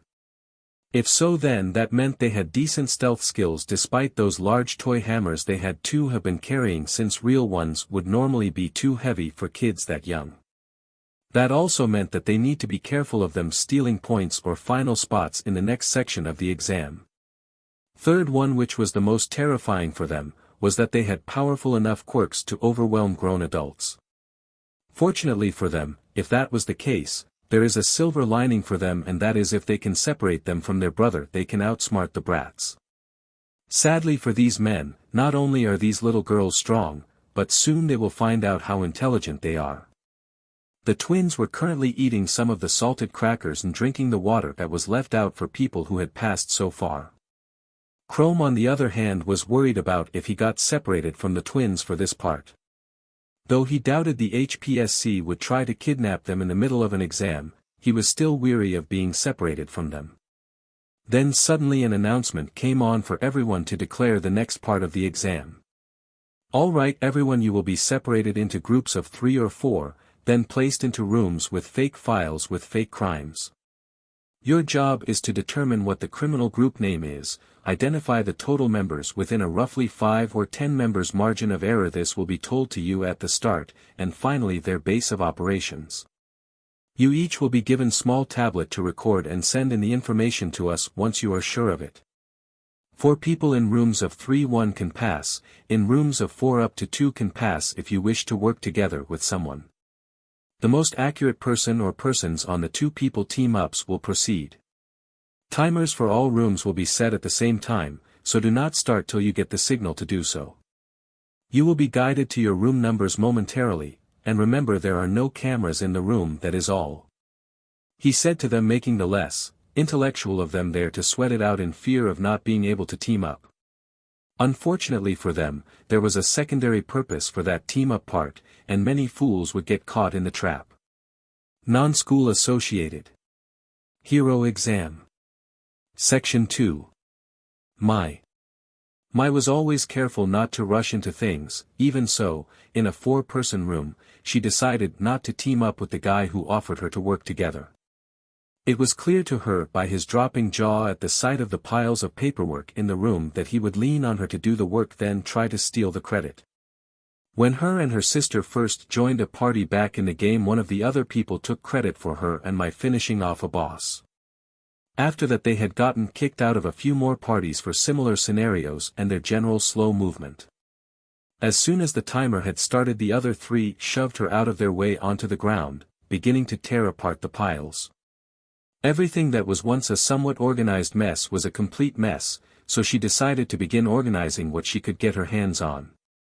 These papers seem to have an area of where reports of these individuals have been reported frequently cited in the back alleys. This both gave her a partial idea about their numbers as well where they were likely located. They were given a 5-member error gap, so she figured it was a small group. Then she recalled the guild houses back in the game. Sally told her that larger guilds will have either multiple houses or one large house. Working back on that, she looked at the map on the wall and looking to see medium or small houses/buildings. Taking out the ones that belonged to family businesses or government-run facilities, both currently operated as well as closed. It helped her that they included a directory for the fake map, as they simply relabeled places on a real map for the scenario. This combined with the few large buildings left mostly small businesses owned by individuals, and some old houses. Not sure how to narrow it further, one of the other 3 in the room grabbed the papers from her hands, shoving her strong into another stack. Getting up from underneath the stack, she picked the paper off of her head to see a city plan of access tunnels connecting two buildings.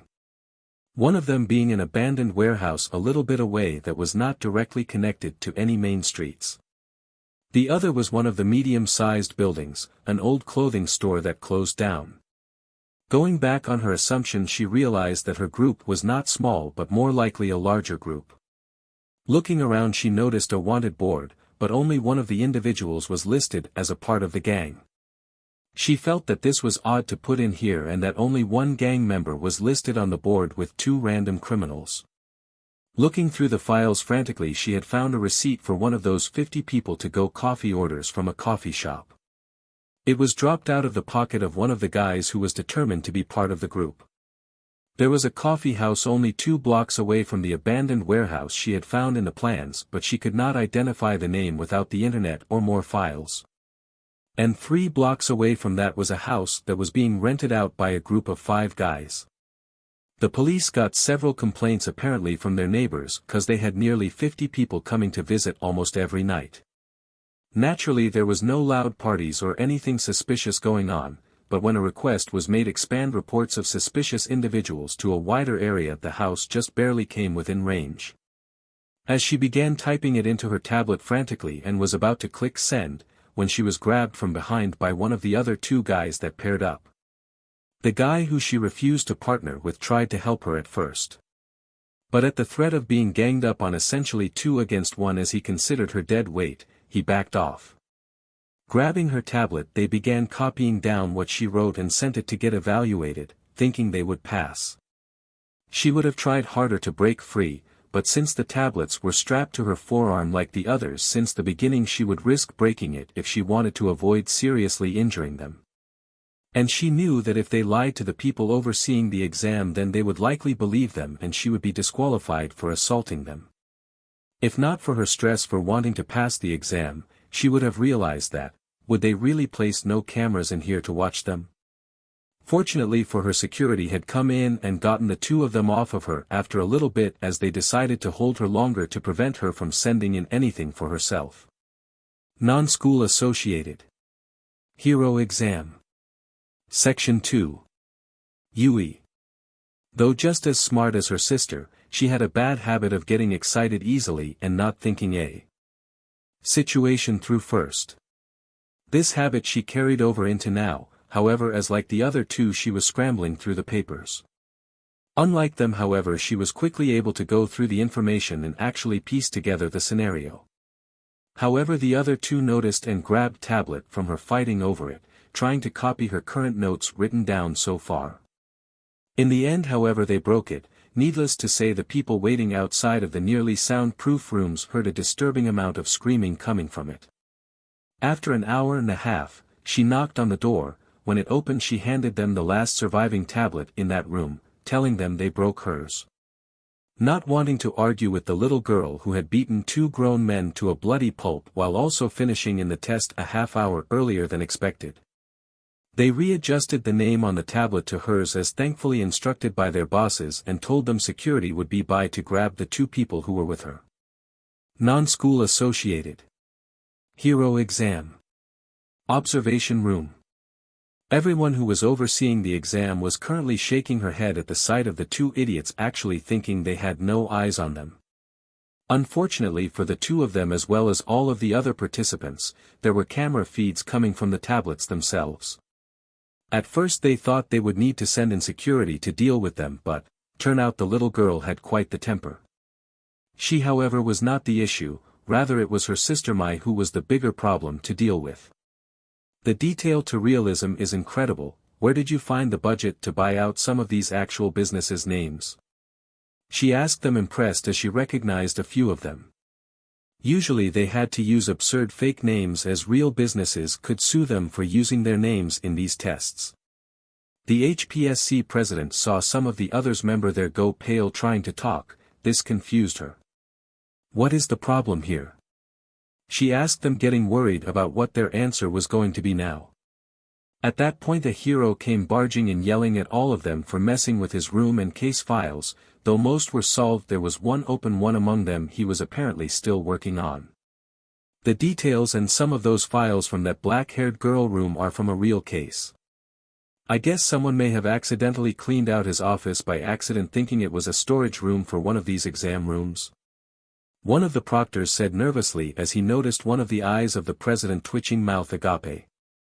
After some very colorful and albeit somewhat deserved yelling, the people who put a real case file among those fakes along with the wanted board and map were fired before things got ugly. Then they got ugly. At first the president was unsure of what to do about keeping it hidden. She just nearly located the criminals even one of their in-house heroes failed to find. What really hurt was that based off of what he said about his progress, he had that diagram of the tunnel for weeks but failed to notice. You know what, maybe I will make a separate division of investigation specialists for now on if that child found it before him. She thought to herself, knowing how she would get ridiculed by the police chief if he ever found out. The hero had fortunately left immediately after he came in, as she had assured him the person who messed with his station would be fired, so she could say she personally stepped in to help him after. In actuality, the only two reasons my found it before him was that one, she spent years stuck in a hospital bed doing nothing but sharpening her mind. The second reason was that just like the police chief feared and told her about originally, her letting people pass cause they had powerful and attention-grabbing quirk B had finally come to bite her in the butt in the form of this idiot today. When it got particularly ugly, however, was when the girl was grabbed before she could send in the report she made on the tablet. Fortunately for her, this provided the excuse needed to cover up how a little girl discovered their stash house for gear or stolen goods, as well as the main base for this growing gang. Sending a small group of heroes there to assist her, the girl was given an immediate pass. The two men who tried to assault her were arrested for assaulting a minor. She also made sure to add SXL/SLT. This was to make sure no one would believe a thing they said, just in case it was revealed there was a real active case in the exam.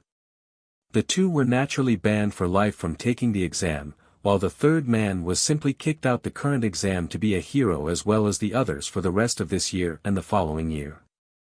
Their big brother, as he was officially noted as, passed his the normal way, without any sort of violence from the other three with him. Him and the person he teamed up with to pass mainly by him spotting a flaw in the fake identity in his case. Though it was a fake investigation, the two men had a pair of good eyes and decent enough reasoning skills. Non-school associated. Hero exam. Section 3. Chrome and Yui were initially upset, to say the least, when they found out about what happened to my requiring security's help. Fortunately for the two men responsible, the police have already taken them to Tartarus. On the surface this was considered overkill for such on the surface of it, a minor crime when compared to the crimes of the other criminals there.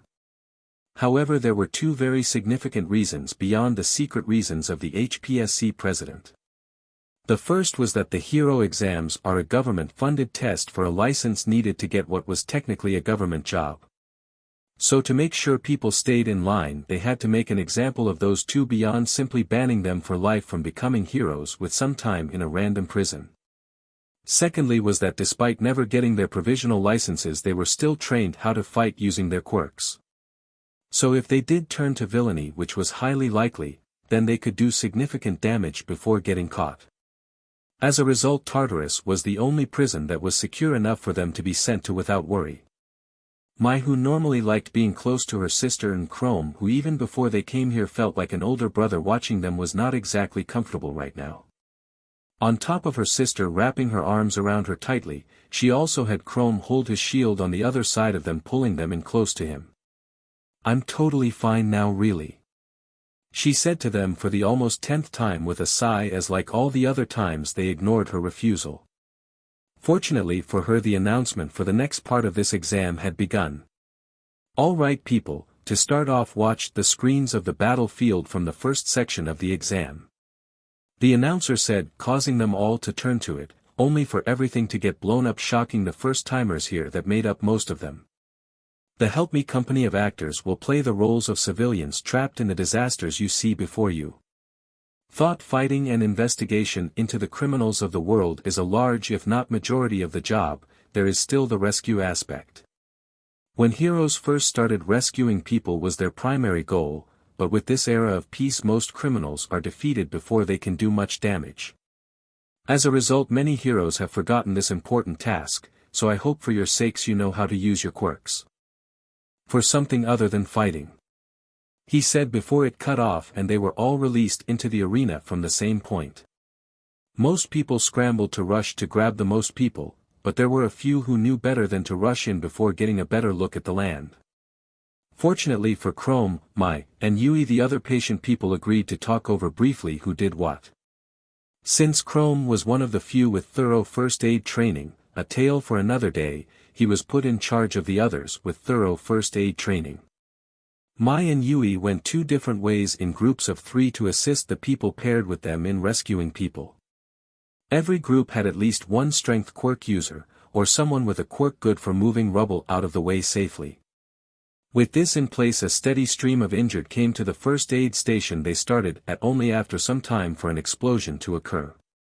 Don't think that the villains will stand by and do nothing while you are rescuing people, the announcer said as Ingenium came through the hole with sidekicks from his agency dressed up in themed matching grunt uniforms as opposed to their regular gear. When one of the rescue groups and a bunch of the panicking people from earlier got back he gathered them. Placing one of the other people under him now in charge of the first aid station they began reorganizing the rescue groups, with one slightly larger than the others groups being formed to fight the villian and minions for this test. Facing the villian themselves while the others fought the minions of the villains were Chrome and 3 others. Supa as he called himself was a tanned man with long, thin limbs and fingers. He is rather tall at nearly 7 feet and had a considerable amount of musculature along with a head that is shaven. His most striking feature though was his black unibrow, right over his round eyes. He has big lips and the archaic Japanese symbol of the number 1 tattooed on his torso. He wore baggy pants with slits on the back and front of the legs with a black vest. His quirk allowed him to turn any part of his body into a blade which came in pretty handy in a close quarters fight. Next was a man, as far as he could tell, but Chrome could not bring himself to ask, his name was Main. At around Chrome height though still tall was much shorter than his giant of a friend, they were a male crossdresser. Wearing flamboyant ballet clothes with a swan theme he wore a pink overcoat with the kanji for 2 on its back and blue medieval garments. He wears heavy makeup, and he supposedly often sports a distinct wide grin, which often carries over when he changes his appearance. His legs being exposed were hairy, underneath these clothes his physique according to his friends was fairly muscular. Main when using his quirk was able to transform into other people he touches with one hand while turning back to normal with the other hand. Finally there was Doru who was an average-sized man with a rather frail-looking build. He wore a stripped vest alternating between blue and white, glasses, beige dress pants, finally one big 3 achieved through his top knot for his hairstyle his hair other than the 3 was neatly combed. His quirk allowed him to generate wax as well as mold it into any shape he desires with very few limitations. If not for his help, they would not being to catch the speeding Ingenium attacking the heroes, who were trying to rescue the civilians. Non-school associated. Hero exam. Observation room. Things were a little shaky at first, but they started getting their act together thanks to the brother and his sisters taking the lead. It was starting to get exhausting having these 3 siblings take part in their test, which they questioned at first. Seriously, who endorses 2 10-year-old little girls to become heroes along with their brother? But seeing how powerful and intelligent they were, it made sense to them why that branch head who endorsed them did so. Needless to say, the president knew who would be given the pay raise and award for scouting the best talent this year. And with only 2 months left in the school year this was the final test before the new school year began itself.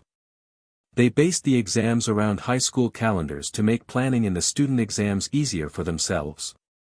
Usually if there was no major issues that required them to delay it, the first exam was for the non-students who did not apply for it through hero schools was in the start of April.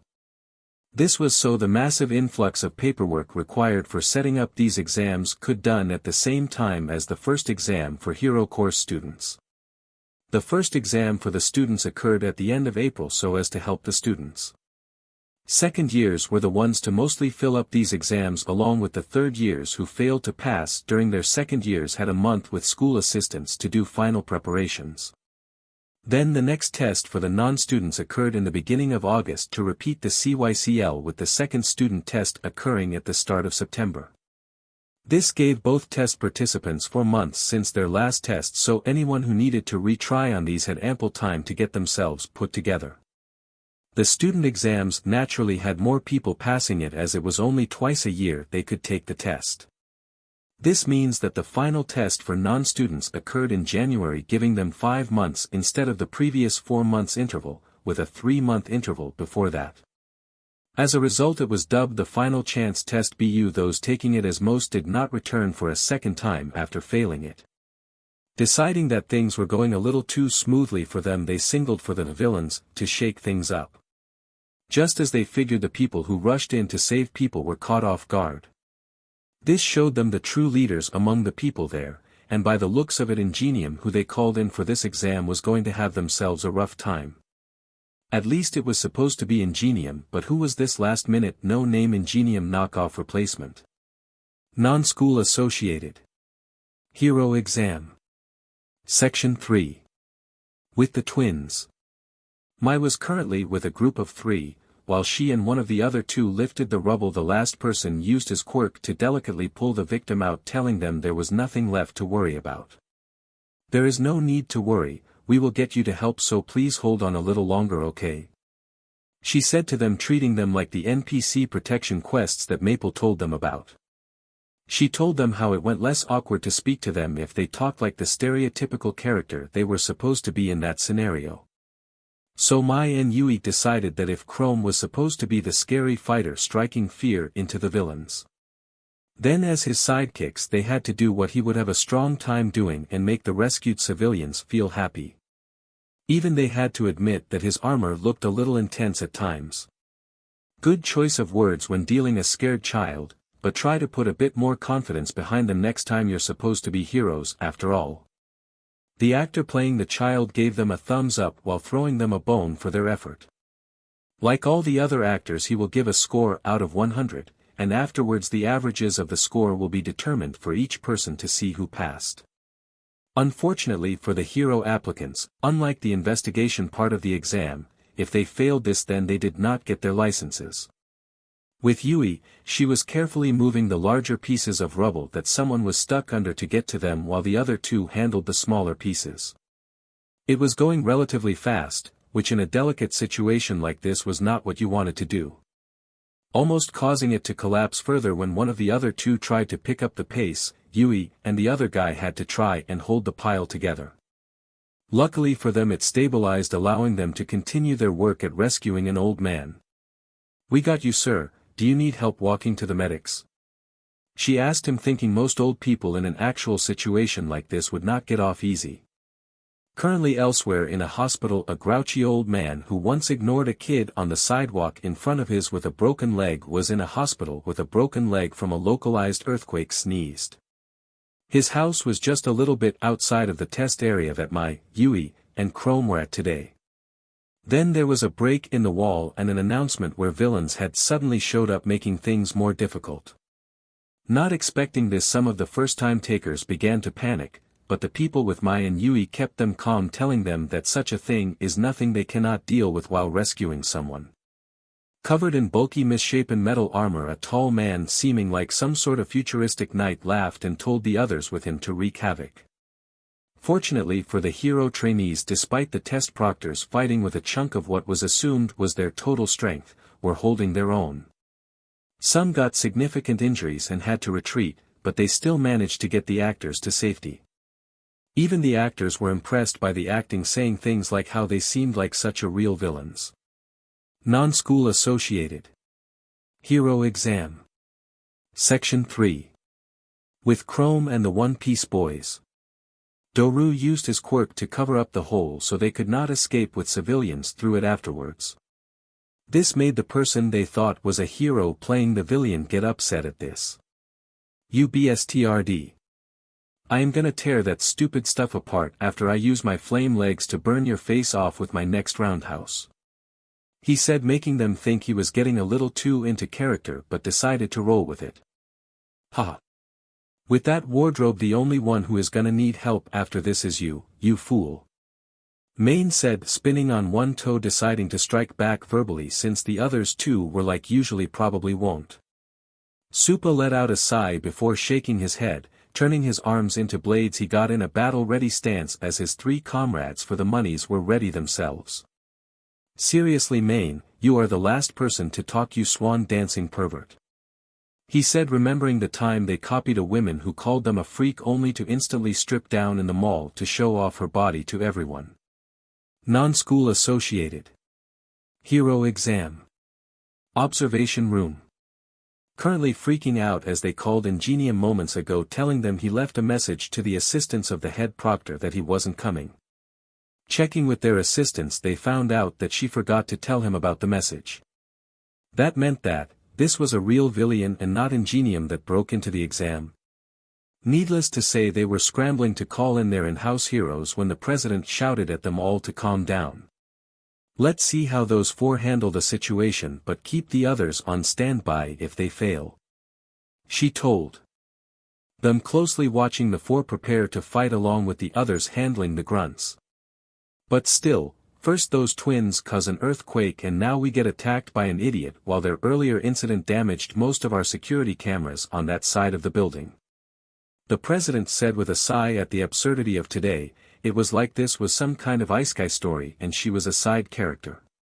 So alright folks, that's all for today. Stay tuned for part 3. Do subscribe, like and share for more such videos. Also check out the story and author Kuji17 on fanfiction.net. Press the bell icon to be notified first on release. See you in the next video. Till then, goodbye.